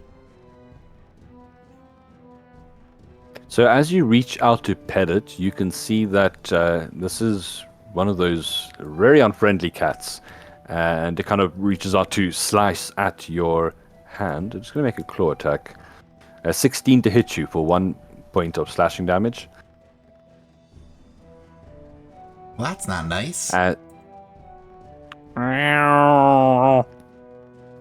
does not look like a friendly cat at the moment. Animal handling if anyone wants to interact with it. Otherwise, the labels of the bottles. It looks like this flowing script. And does anyone here speak Elvish? I do not. I Nope. do. You do? Did Okay. you say you do? Okay. Benbrick, that works out. Denver does. So you can see that there are 3 bottles here. One labeled Shrink, one labeled Grow, and one labeled Vanish. Ooh.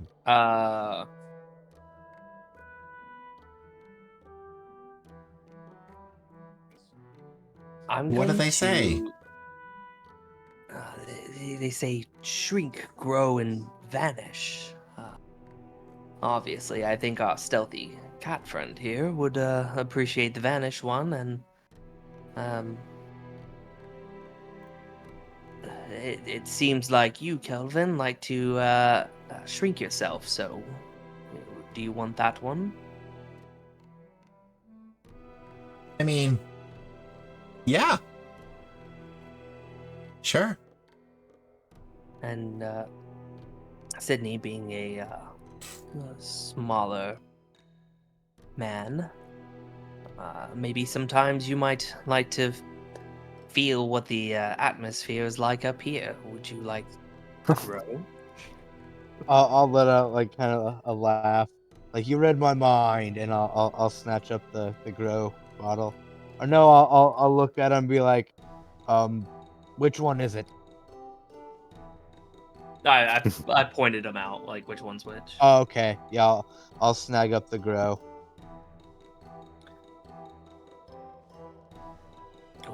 I don't know where everybody was when we were in the room, but she does want us to fix her pool and go retrieve a package for her.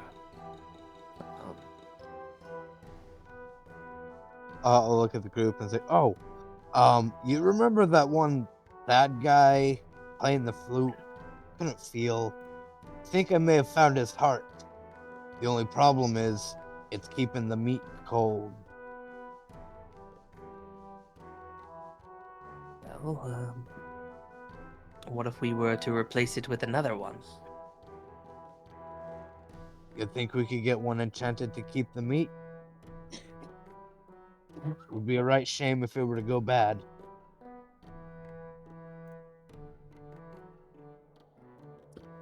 It sounds like if it's anchored to this building and serving a purpose, that it will not move. I think we can come and get it later. Actually, is there any way I could, since I am, I'm I'm a proficient in Arcana. Would I be able to see if there's anything I could replace it with that would keep the freezer cold? If we were able to remove it. Oh, that is quite a specialist job. Maybe if you had the right tools and... that's an interesting question. Like, just to kind of like mull through my head and kind of contemplate, like, let's see if, if I do this or if I can think of anything magical. So there are a strange variety of objects and things scattered around here. If you had the right objects, yeah, I would say if you had to kind of look around, check out some of the places here, you might be able to find something. You might hit a bit of inspiration. Yeah, I wanna mull around, see if I can't find something, because I want to keep the meat cold, but I also want to take the heart. And, Moon, are you able to lock that back? Should be able to. Yeah, I know that's, because I don't know if that's ever like been a thing where you can just lock something back with thieves' tools. DM? Oh yeah, that's. I mean, I have no history of locksmithing behind me, but I would say that once you have gotten the patterning of the lock, you should be able to close it behind you. That's not going to be a problem. Yeah, I mean, as soon as you rotate the cylinder back to its neutral position, the pins fall back down and lock it. So. Okay, yeah. Sounds about right. Okay. So you re-lock the potions cupboard. There's, a couple of places you haven't explored on this level. I mean, you haven't really explored much of the house at all, besides the couple of rooms you've been in here. You know that your task does take you downstairs, and Bavlorna lies right above you. But in the meantime, as you guys look around, what's the plans here? Can I tell the party what I've been told? Sure. I'll kind of motion for the group to come close. I'll tell them about the lady that rushed out of here being in charge of the two Darklings. That it appears that she might have been the one that took the book, and that he was here trying to get one more item, and she requested that we retrieve it.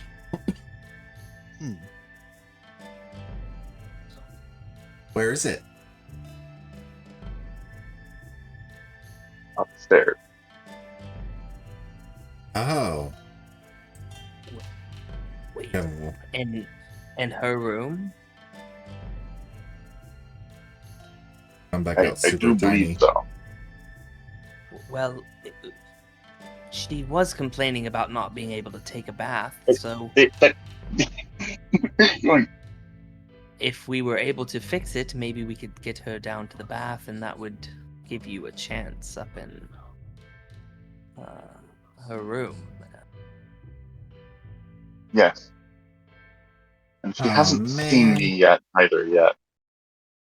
Yes, that is true. She has not seen you, so maybe you hide here for now. Possibly beyond the portrait that everybody went through, and Sydney and Kelvin and I will go fix the pool, and once it's done, we'll let her know so she can take her bath, and we'll keep her downstairs. Okay. I didn't mean anything that.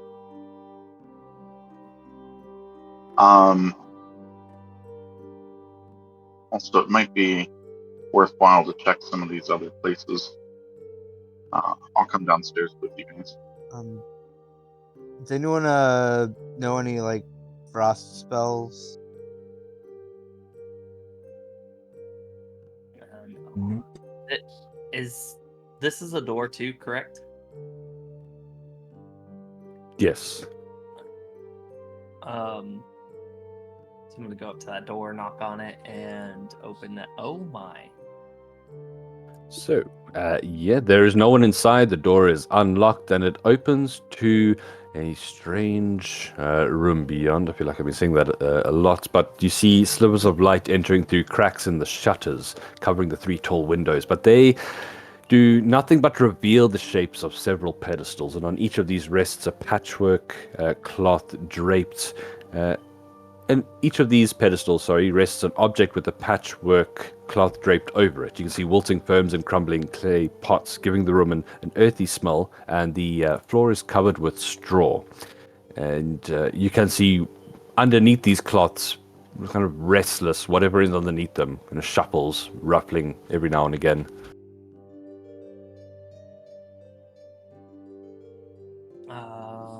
Let's see. I'll give out one Is there quiet. anything kind of noticeable in there, but I don't think a 7's gonna. Sure. I mean, the main thing, you kind of hear feathers fluttering, cooing. It sounds like what an aviary, you'd imagine an aviary would sound like. Except the birds all seem to be covered with cloths.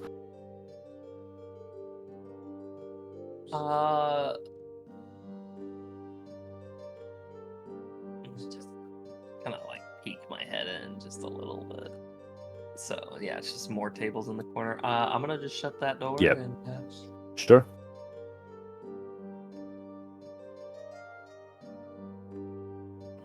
leave that alone. Here's a hack. It looks I'm like not a gonna consider bunch it. of birds under some cloth. Maybe that's what Sydney will have they're... excused himself and went back into the kitchen. Sure.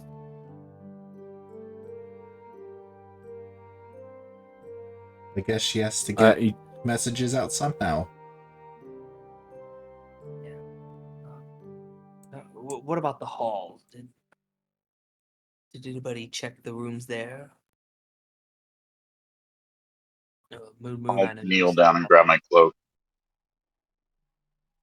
Not quite picking it up yet, but I'll look at the party. As you pull the cloak out, you can see 2 of these creatures push through from under the door where they've been struggling for a while. One looks up, gets a fright, and kind of scurries back out. The other one runs and dives under the couch in the distance and just kind of watches you guys for now. I'll pull a piece of scrap food out and throw it next to the couch so that he'll have to come out, but then give him paying no mind.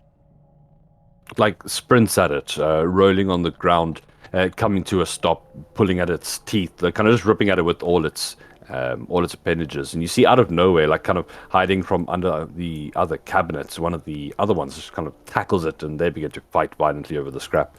And what are you guys doing in the meantime? With Kelvin being that size, can Kelvin also jump into the fray? Well, you can do whatever you want to do, man. Yeah. Are you trying to take the meat or what? Pin them? No, just kind of jump into the fight of it, going back to the carnival with the goblin and how he lost. He sees it as a quick opportunity to have a little bit of practice with wrestling. Nice. Let's get an He's gonna athletics try to check. grapple these rat things. As long as you Fun. have fun. Oh. 8.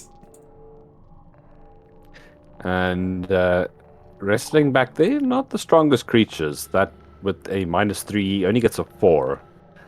So you do manage to get the advantage on these creatures, and very quickly they look like they want to stop playing this game, and they both look towards you and kind of tag team up on you, and they are going to make one check. They're going to both make checks against you. Let's have one more as they try to get the advantage back here. Okay. All right. 2 on 1. Let's go. Take up like wrestling positions, they circle around, but Hey. one jumps on your back and you just like throw it over you into the other one, and they go crumpling into a corner. They both like bare their teeth and sprint under the door into the bird room. And you hear in I'm, a like, very carrying on. tiny voice, I am a legend! And he does like a Randy Orton, like goes up on an edge and does like a Randy Orton arms in the air, kind of like Oh my god. world champion, and just kind of I'm gonna snuggles just back take to the one party. finger and push him over. Kelvin allows it. And then I'm gonna put my arms up like I'm the champion. Kelvin rolls back on the ground and just starts laughing, then stands back up, out of breath. That was fun. I'll take another scrap and throw it towards the other guys. So they each have a scrap that they don't have to fight over. And then I will look at Ben Brick and say, "Shall we?" Yes. Let's. I'm gonna put my token next to you so that it's easier to grab us and move us downstairs again. Oh, wait, check out these rooms. Oh, okay. Yeah. So When I go into the kitchen, oh, go ahead. I was gonna say I'll take one room and you can take the other. Well, let's stick together. So I'm just reloading my roll 20. It's giving me strange problems. Hopefully it's not gonna. Yeah, I had to switch over to my phone because my computer is not like shading. Yeah, The whole thing broken. I'm just not able to get back in. Is anyone else having the same problem? Is it maybe the website? I think it might be them. Mine did glitch out a little bit earlier. Yeah, mine was being buggy earlier. Mine's good right now. Okay, well, I literally find myself unable to get back in the game. But I remember, I mean, I know most of it off by heart, so let's let it load in the background. You said you were interested. Wait, first of all, Sydney, back in the kitchen, I take it you're kind of what? Looking for a way of getting the heart out and replacing it with something else? Or do you have something else in I'm mind? gonna ask him first if it's alright if I look around and kind of explain the situation. Saying, To the red cap? yeah, I'm just kind of getting as a courtesy, getting his permission to look around the kitchen for something to replace the heart with to keep it cold. You have to duck not only expletives, but physical meat that is thrown at you. Okay, why are you bothering me? I'm busy with my work. Piss off, peasants! Just like swearing. This creature is quite a foul-faced creature, and yeah, probably fits in right at home here. Alright, I'm But, gonna take that as an okay and start looking around. He doesn't say no. I'm Yeah, gonna take that as an okay. He just wants to be left alone. He doesn't care. That's a go for it. So the door you were standing in front of, if your token is still, I'm just working off memory here, you Yeah. would open and find yourself in a pantry. You see dry goods that can be stored without the colds stretching on shelves. Strange variety of meat you don't recognize, plants. Oh, sneezing, sorry. Bless you. Yeah, just a general pantry. Are you looking for anything in particular? Seeing it's a pantry, no, I'm just gonna head back out and then go to this door. I'm seeing if I can't find anything to keep that meat cold. Because I figured while we're Okay. here, I want to get that heart. Just tell me which door. I'm not currently in the game. I'm just reloading still. Which It's door you the talking about? the east door in the kitchen. Okay, so that would, as you open it up, you see two things. A couple of things. You see the swamp stretch out before you, and kind of some of the mist starts to flow in. You see an external staircase that leads down to the floor below. But what catches your attention more than anything else is a naked. What race was he? Don't want to say satyr because what doesn't matter if a satyr's naked. I think he's a halfling. So there's a naked individual that is in a cage, one of many cages that is hanging from the side of the building. And as you open the door, he kind of looks down with a cheery grin. Oh, hey there. Haven't seen you before. I was gonna like, what is this? Oh, you catch me at a bit of a bad time, I'm afraid. I find myself a bit of a pickle, but it's got to get worse to get better, is what I always tell myself. It's quite a cheery outlook. I commend you for it being in your situation. What landed you here? Just in time. Okay, I've got my notes open again. He would look to you. Vansel's the name, by the way. Well, I met a couple of friendly Herringun in the swamps while I was bathing, unfortunately, and they took my clothes. I chased them, but I ended up trapped in a net, and they brought me here. I'm sure everything will work out eventually, though, and I should have quite the story to tell afterward.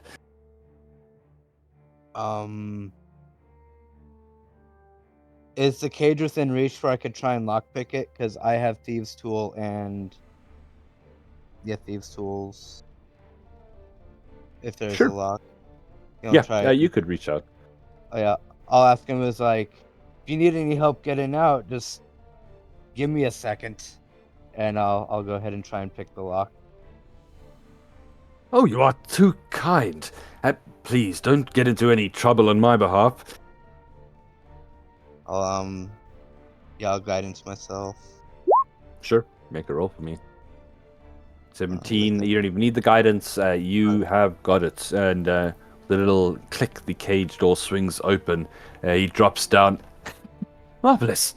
You're quite skilled with that. Mind if I tag along with you for a moment? The more the merrier, I always say.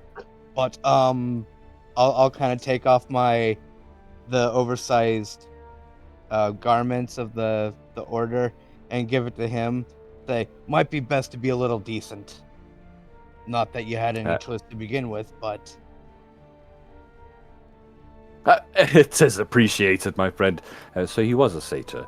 Here is what your friend looks like as he starts wrapping all the fabric you've given him, just around himself, just to be a bit more decent. by the way, got a quick question for you. You know anything about magic? Particularly frost magic? Frost magic? I'm afraid you have me at a bit of a disadvantage. I can't say I do. Quite alright, quite alright. I got a group of friends here if you'd like to meet them. He nods. Oh, excellent. Yes. Anywhere that is not this cold, cramped cage would be most appreciative. Alright. Follow me then. And I'll go back to the lounge area. Sure. Luck walks with you. You can see the red cap glances towards him. I'm with him. Yes, together. I'm just going to follow you as quickly as he can. As for you guys exploring the rest, while this has been happening, you've been looking in the other doors here, and looking to the north, looking to the south. You've seen a couple of mundane areas here. One looks like a storage, not a storage room, a guest bedroom. Not a place that any of you would probably like to sleep. But also to the south, you see a long dining table. It looks to be kind of the names. What are you calling it? The eating room, dining room. There we go.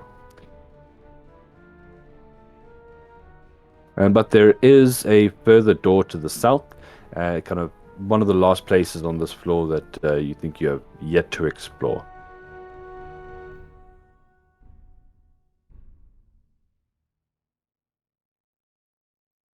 And don't forget you are muted, Benbrick, if you are trying to talk. What's the plan from here, guys? Are you looking at through the last room, exploring these rooms, or heading downstairs?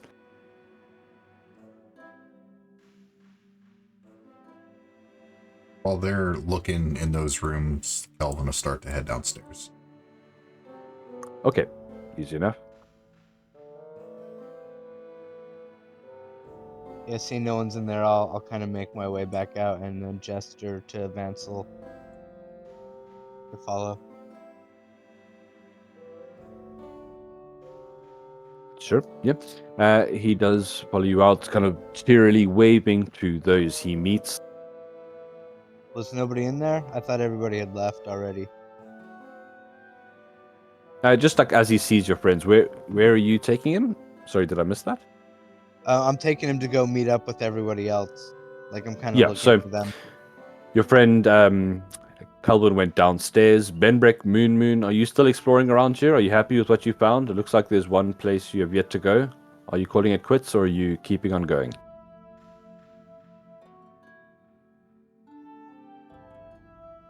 I'm kind of waiting to see what Benbreck says. Anything from you, Benbrick? You are muted there if you're trying to talk. Must be AFK for the moment.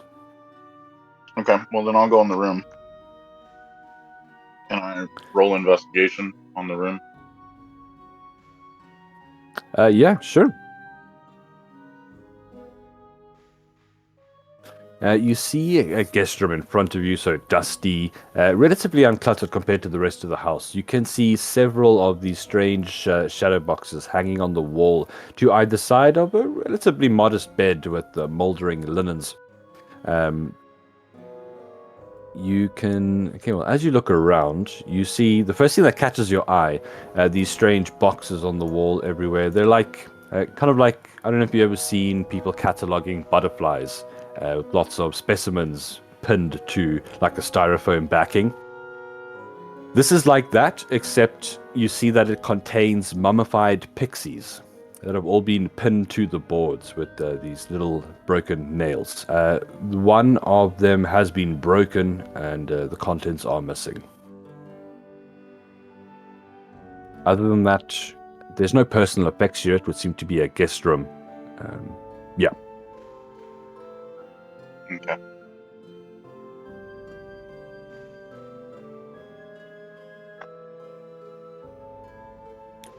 Right. So anyone, if you're wanting to do anything or look anywhere, just give a shout.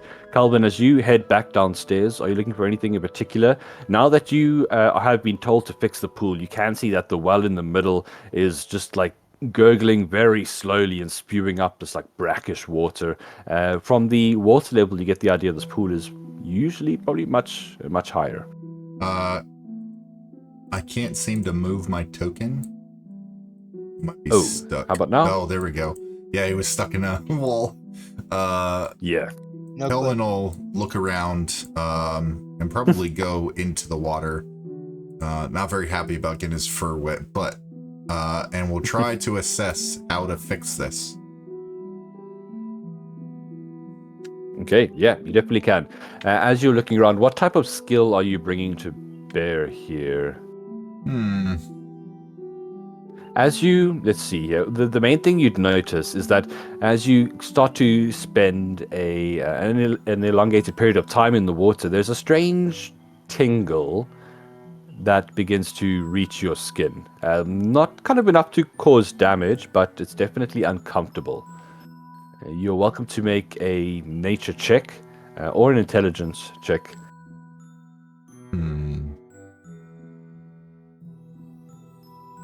Okay.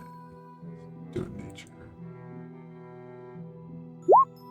Yeah. see a 13.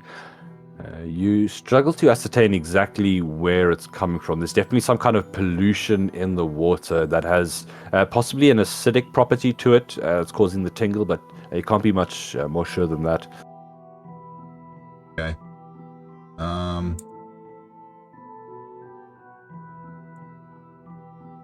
Can Kelvin take his axe or javelin actually, and reach down into the well and just kind of stab down? Yeah, sure. And see if it hits And anything or... It does feel like there's like some kind of clog there, to be honest. Kind of the javelin like sinks into something, moving something around. Looking over the edge and kind of trying to peer through the water, I want to close his milky white eye and just kind of stare down into the water with his monocle pressed against his other eye, seeing if that'll help see anything down there. Give me a perception check. Yes, please. 20. Nice. Yeah, there's definitely something moving there.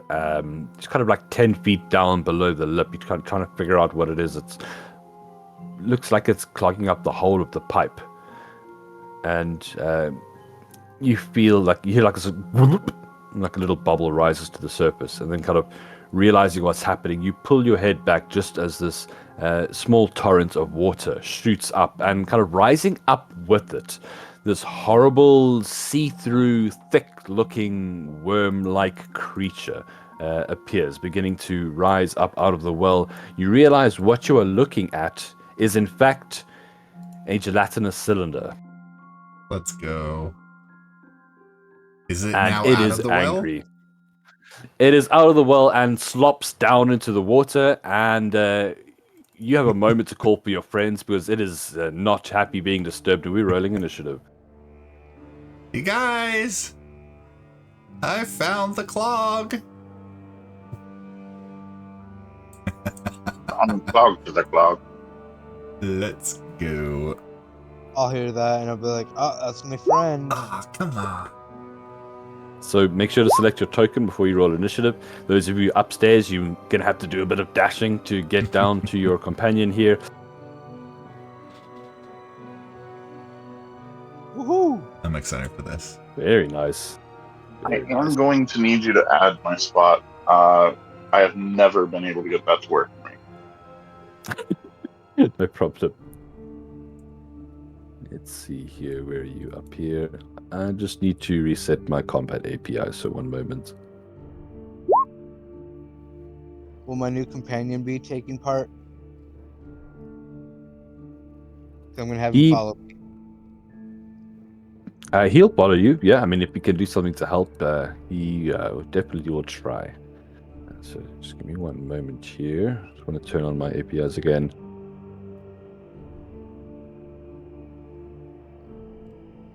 That said,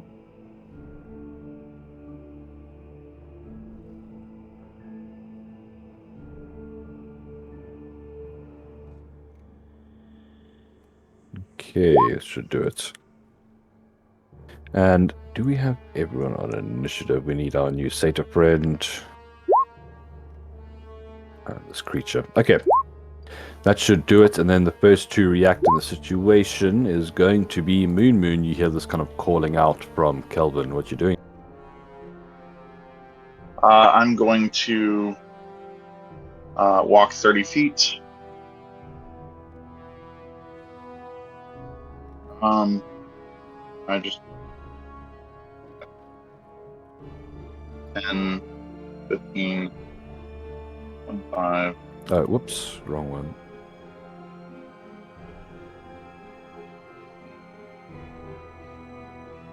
Nope, 25. Okay, and then I'm going to use feline agility as my Nice. action. Yes, please. Thank you. I'm trying to do this with my fingertip. Oh no, sorry. It's like another 30 feet if you want to get down to the base of the staircase on the first floor. Yes, please.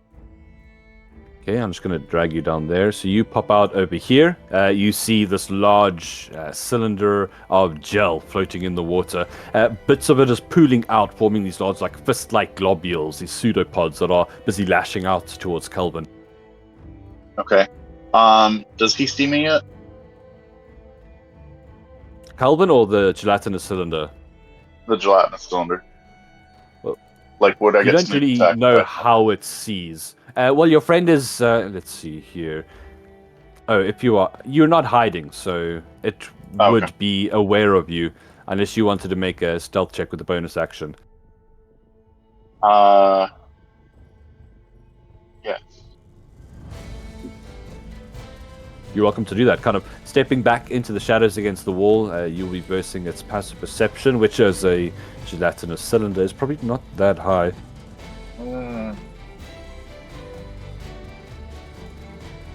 I got a 10. So, not great.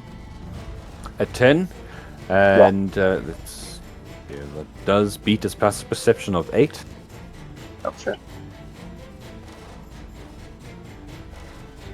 Go ahead and give us attack if you... Wait. You still... Oh yeah, feline agility. That's not a... How do you activate that? Is that an action, bonus action? What kind of economy does it hold? If I remember correctly, it's just nothing. It's just like a free action. I thought it was a natural thing. I think it was. Like Yeah. a reaction You can just in do order it. to use it again, I have to... Yeah, it says no action.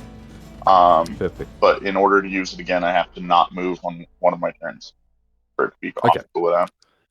So, yeah, seeing your friend and throwing off this dagger, you can see it flies off, hitting its mark, but just like sinking deep into the creature's body. You're not really sure how damaging it is, but that hits. You can roll damage. Okay. And then it's the dagger of returning anyway, so it's going to come back to me. Nice. 5 plus 2, 7. 7 damage total. All right. Cutting a swath into it. It returns to just kind of leave this tiny little opening space inside of it. Is that your turn? Nice. Unless I can throw a regular dagger. But no, because I used my bonus action stealth, so no, that is my turn, yeah. Yeah, that's correct. Perfect. All right. So upstairs, Sydney, what are you going to be doing? I'll tell my friends like, oh, that sounds like Kelvin. We need to get hurrying downstairs. Follow me, friend. And then I'll run down. I'll dash for 50 feet. So 20 feet of movement will get you here, where your token is currently next to Moon. Okay, so yeah, I'm 25. So I'll go here, and then I will go ahead and cast. I'll use the spell. I'll cast a firebolt at it. Okay.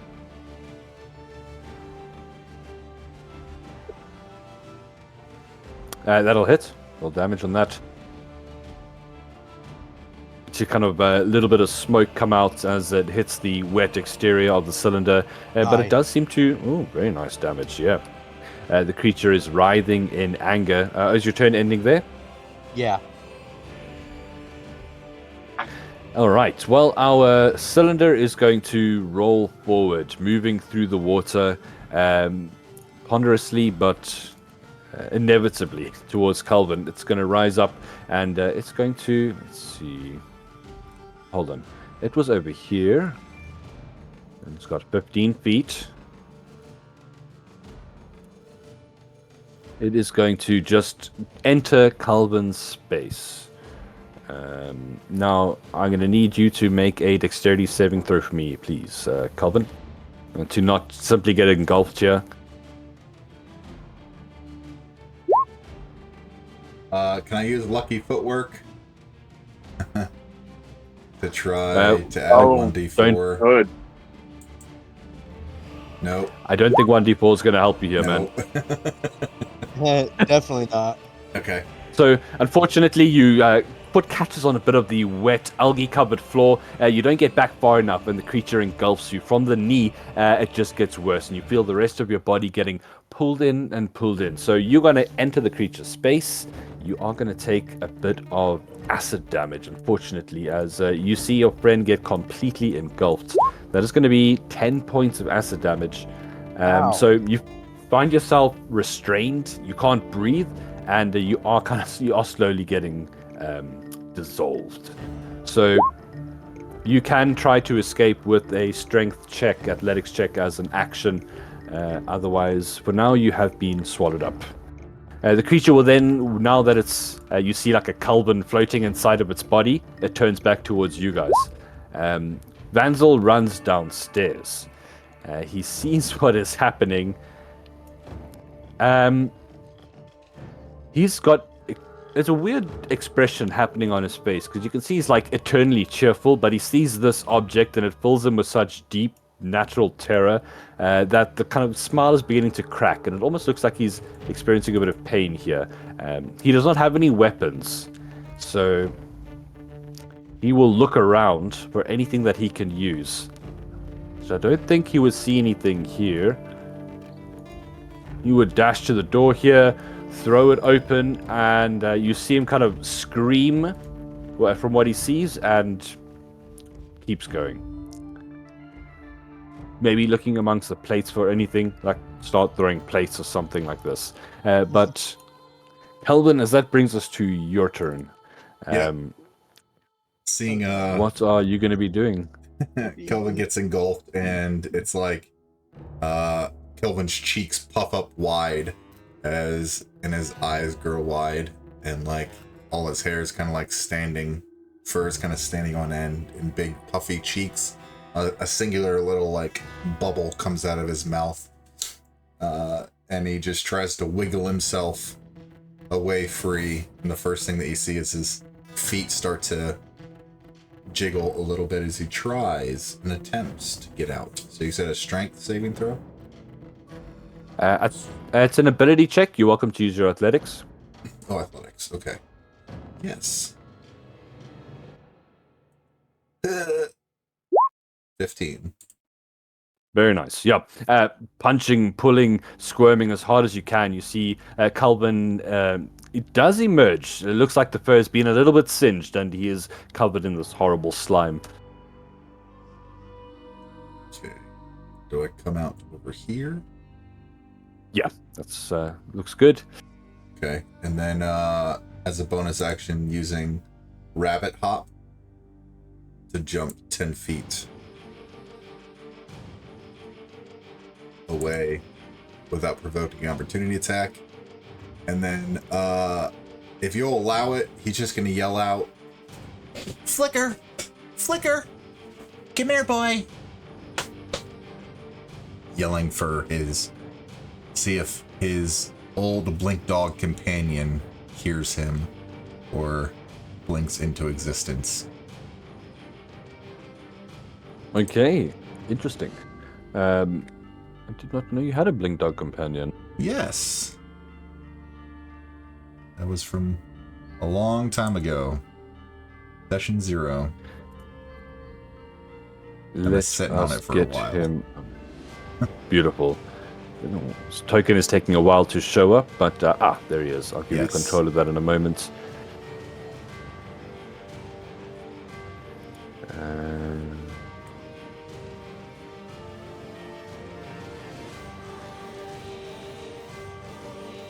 Okay, there. So you should be able to move that token around. You can hold Alt and double-click on it to open its character sheet and make rolls from it. Should we have it move after you on the initiative order? Yeah, that's fine. Very well. As Flicker comes into existence, you see almost like the cat from upstairs, but Flicker is definitely still alive. Just looking pretty old and ragged. Nice. And Flicker, go attack with like a raise of the hands. Let's see. me take a look here. I have it in my notes or my extras in my character sheet, but I can't open D&D Beyond again. It blanked So in out roll on 20, me. you'll find the blink dog in the journal just under your character there. Yeah, I see it here. Let's see. Attributes. Oh, there we go. Character sheet. 40 feet. Move up to it. And give it a bite. Just try to nibble at some of the bits of it. Let me just make sure it's not whispering. Yeah, you're welcome to click on bites and go make that roll for us. Oh, it does it. Okay. 17. Oh yeah, that definitely hits. Nice. Biting in, kind of a bit disgusted with what he's doing, spitting out like copious amounts of gelatin into the water. But yeah, pulling apart this creature. And then... Oh, that's an action to use that, huh? To use teleport. Yeah. Okay. We still have movement. Yeah, he'll back up. Attempt to back up. Over here. Okay, it's going to try and send a pseudopod at it with an attack of opportunity. It's... turn off whispers. As the pseudopod lashes out... oops, that will be a... Oh, okay, he does dodge it as water just showers the whole area around him. But that'll bring us to Benbrick's turn. Are you back with us, Benbrick? Still There you are. upstairs. Yeah, sorry, my sister called and did her baby reveal. No stress. So, I So have 30 feet of... I have yeah. 35 feet of movement, so I have 10 feet left. I don't know if that's enough to get me downstairs. You'd be able to see into the room. You wouldn't be quite at the bottom of the stairs yet. So, could I hit it with a crossbow? Yes, you could. Okay. All right, so first things first, I'm going to invoke my Crimson Right. So I have to roll this. Wow, that's bad. I mean, you take 4 damage as well, or what? Yeah, I take 4 damage. Nice. Necrotic damage. But then as I like hold my crossbow, my arrows kind of like look like they're on fire.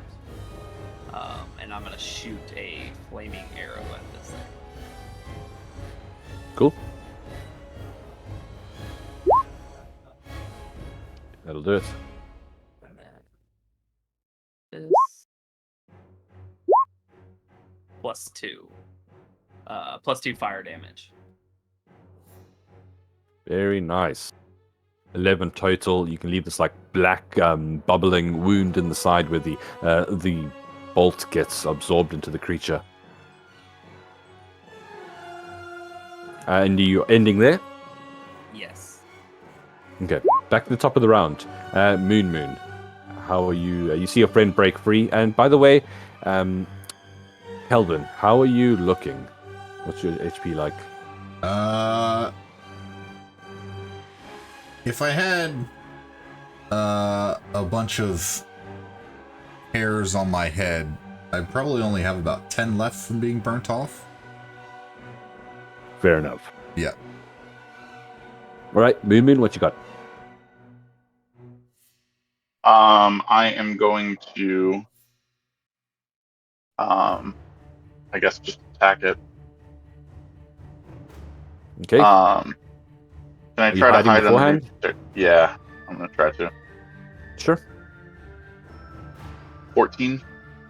That'll do it, yeah.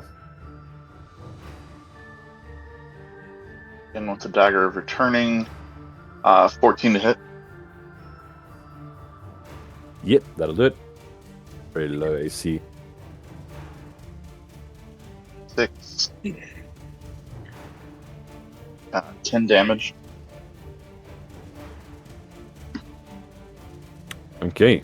10 damage total. You guys are chipping away at this creature. You can see like bits of the huge gelatinous chunks floating now on the water as kind of losing more and more mass as it goes. Is that your turn for now? I am going to.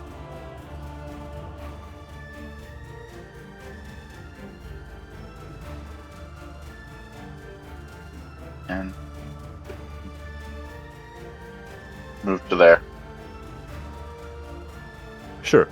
Okay, Sydney, you see that the gelatinous cylinder is kind of turning in the direction that the blink dog went. It kind of looks like it's going to start moving towards where you are. What are you doing, Sydney? Alright, would tossing a weapon to my friend count as an action? It would, right? I'm pretty easy with that. I'm happy to have that as a free action. Okay, yeah. I'll look at my friend and I'll say, like, helping out or help out, and I'll toss him the crossbow. And then I will dash to Kelvin. I got 50 feet, so that'd be 5, 10, that'd be 45 right there. And then I will cast Cure Wounds. Nice.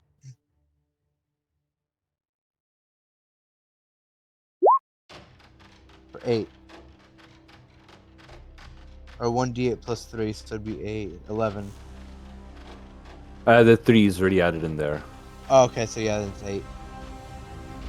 Still very Nice. good. You're Oh, you're looking a bit rough there, Kelvin. We can't lose you now. And then I'll end my turn. This creature starts to move with a speed that you do not expect. From taking so much damage, it is not happy with what has been happening here. It's going to dash. Let's see here. So it doesn't need to dash because its engulf feature uses an action. So it's going to move 15 feet. You see it swarming upwards, and then with its action, it's going to use its engulf, which will allow it to. I just want to check here. I'm misunderstanding this.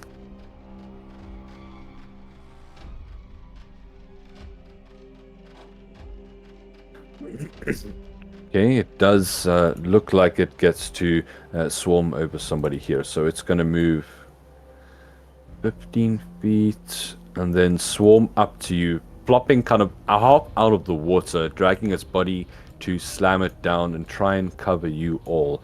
You will please need to give me a dexterity saving throw to avoid being engulfed here. The Blink Dog and Moon Moon.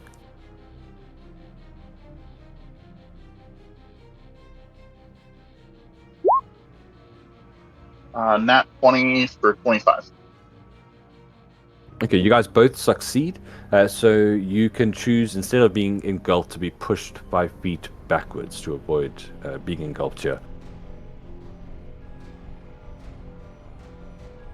Okay, so I think you do not take any damage. You succeeded. It tried to engulf 2 things and unfortunately failed.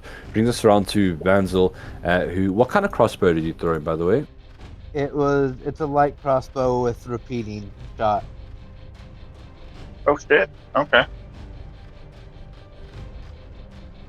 Okay, let's just add that to his inventory here, and he is going to let rip then. See what he manages. That looks like... hold on, wait, he's whispering. Let me turn that off quick.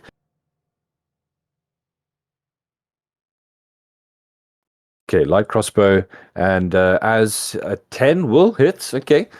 He calls out in triumph as the bolt does sink into the creature, and I think from that... looks like my health measurement APIs decided to go on the fritz. This creature does look bloodied. It is kind of just now past its 50% mark. And that'll bring us to Kelvin. Does our friend get to attack with a bonus action because it's the enchanted crossbow? It doesn't have reloading effect, so... Ah, yes, thanks for reminding me. He definitely would then be able to... A further 4 damage. Okay, there you see the creature's turned a shade of yellow, indicating it's hit 50% health. This will turn steadily more red as it gets closer to 0. Alright, but for now, as he seems pretty happy with himself, Kelvin, what you doing? Belvin is going to see that the gelatinous cylinder tried to engulf Flicker. And Kelvin's going to say, "Hey, don't touch my dog!" And he's going to begin to shake uncontrollably and begin to rage. Oh, and nice. run over to it and swing out the great axe.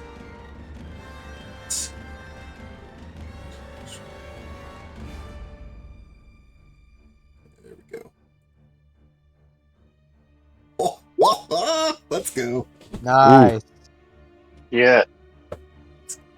Okay. Don't touch Kelvin's dog. Mm-hmm. Going full John Wick. Yep. Yeah, exactly. Very nice. 15 plus. Is there a rage bonus to it? Should be 2. It looks like it's already being added there. No, that's Wait. the +2 for That's- the modifier. Yeah. Plus looks like 2 it. So melee damage. we'll with add strength another weapons. 2 on there. Okay. Yep. 17. 17 total. Yes. Nice. Bringing it down, you carve a huge swath of this creature off, like cutting like a sausage roll. You just like take a big chunk out of it. And then letting that axe kind of drop to his side from his other hip, he's going to take a hand axe and just swipe across at it with a very a quickness to it. So how were you able to make a hand axe after a great axe attack? Using what? 2 weapon. Oh, you know ability? what? You're right. 100%. The great axe is a Okay, cool. 2-handed weapon. Yep, never mind. All right, so huge great axe swing for now. You've got a raging barbarian up against him. That'll bring us over to Benbreck again. First thing, I'm gonna drop my crossbow for a minute and pull out my greatsword. Yeah, greatsword, right? Yeah, greatsword. Bonus action, I'm going to use my Crimson Right again. Oh, apologies, we missed our Flicker. Yeah, sorry. Is Flicker making a bite attack or doing something else? Flicker's just going to teleport. That's all I wanted to do was get Flicker away. All right, Benrick, you're welcome to go ahead with your attack. So, Crimson Right, as I have my sword, like kind of a needle shoot through my hand, causing me to bleed, but it causes my sword to catch flame. First thing, let me roll for my damage. You sure you don't like work for this hag? Sounds like it. All right, 1 extra damage to you. Have you made your attack yet? Not yet. Sorry, Okay. I was rolling damage for myself first, and that's gonna be good. Whew. So it's 12 plus 1, 13. All right, leaving this horrible black and kind of burnt edge to the creature that's like hard and cooked slightly. This thing is writhing, and now it's kind of looking like it's trying to escape. Fight or flight is kind of kicked in. It's close to the edge. Is that your turn? Yes. All right. That'll bring us to you, Moon Moon. This creature kind of half flopped over the railing. What are you doing? With Benbrook being on the other side of where I'm standing, is that flanking, or would you want him? Would you want me to move down? So, usually with flanking, horrifying creatures like this and creatures that aren't really watching your sword strokes and actively trying to evade them don't get a flanking bonus from it.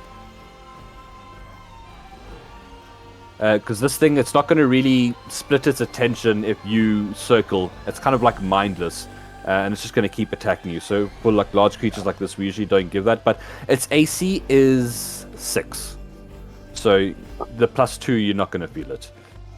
No, I wasn't worried about +2. I was worried about advantage first. Flanking in my games never gives advantage. It's only Perfect. ever a +2 to attack. Yeah, But you do have a friend within 5 feet, so you would get your sneak attack. Okay. It was. I missed the dice roll. Once.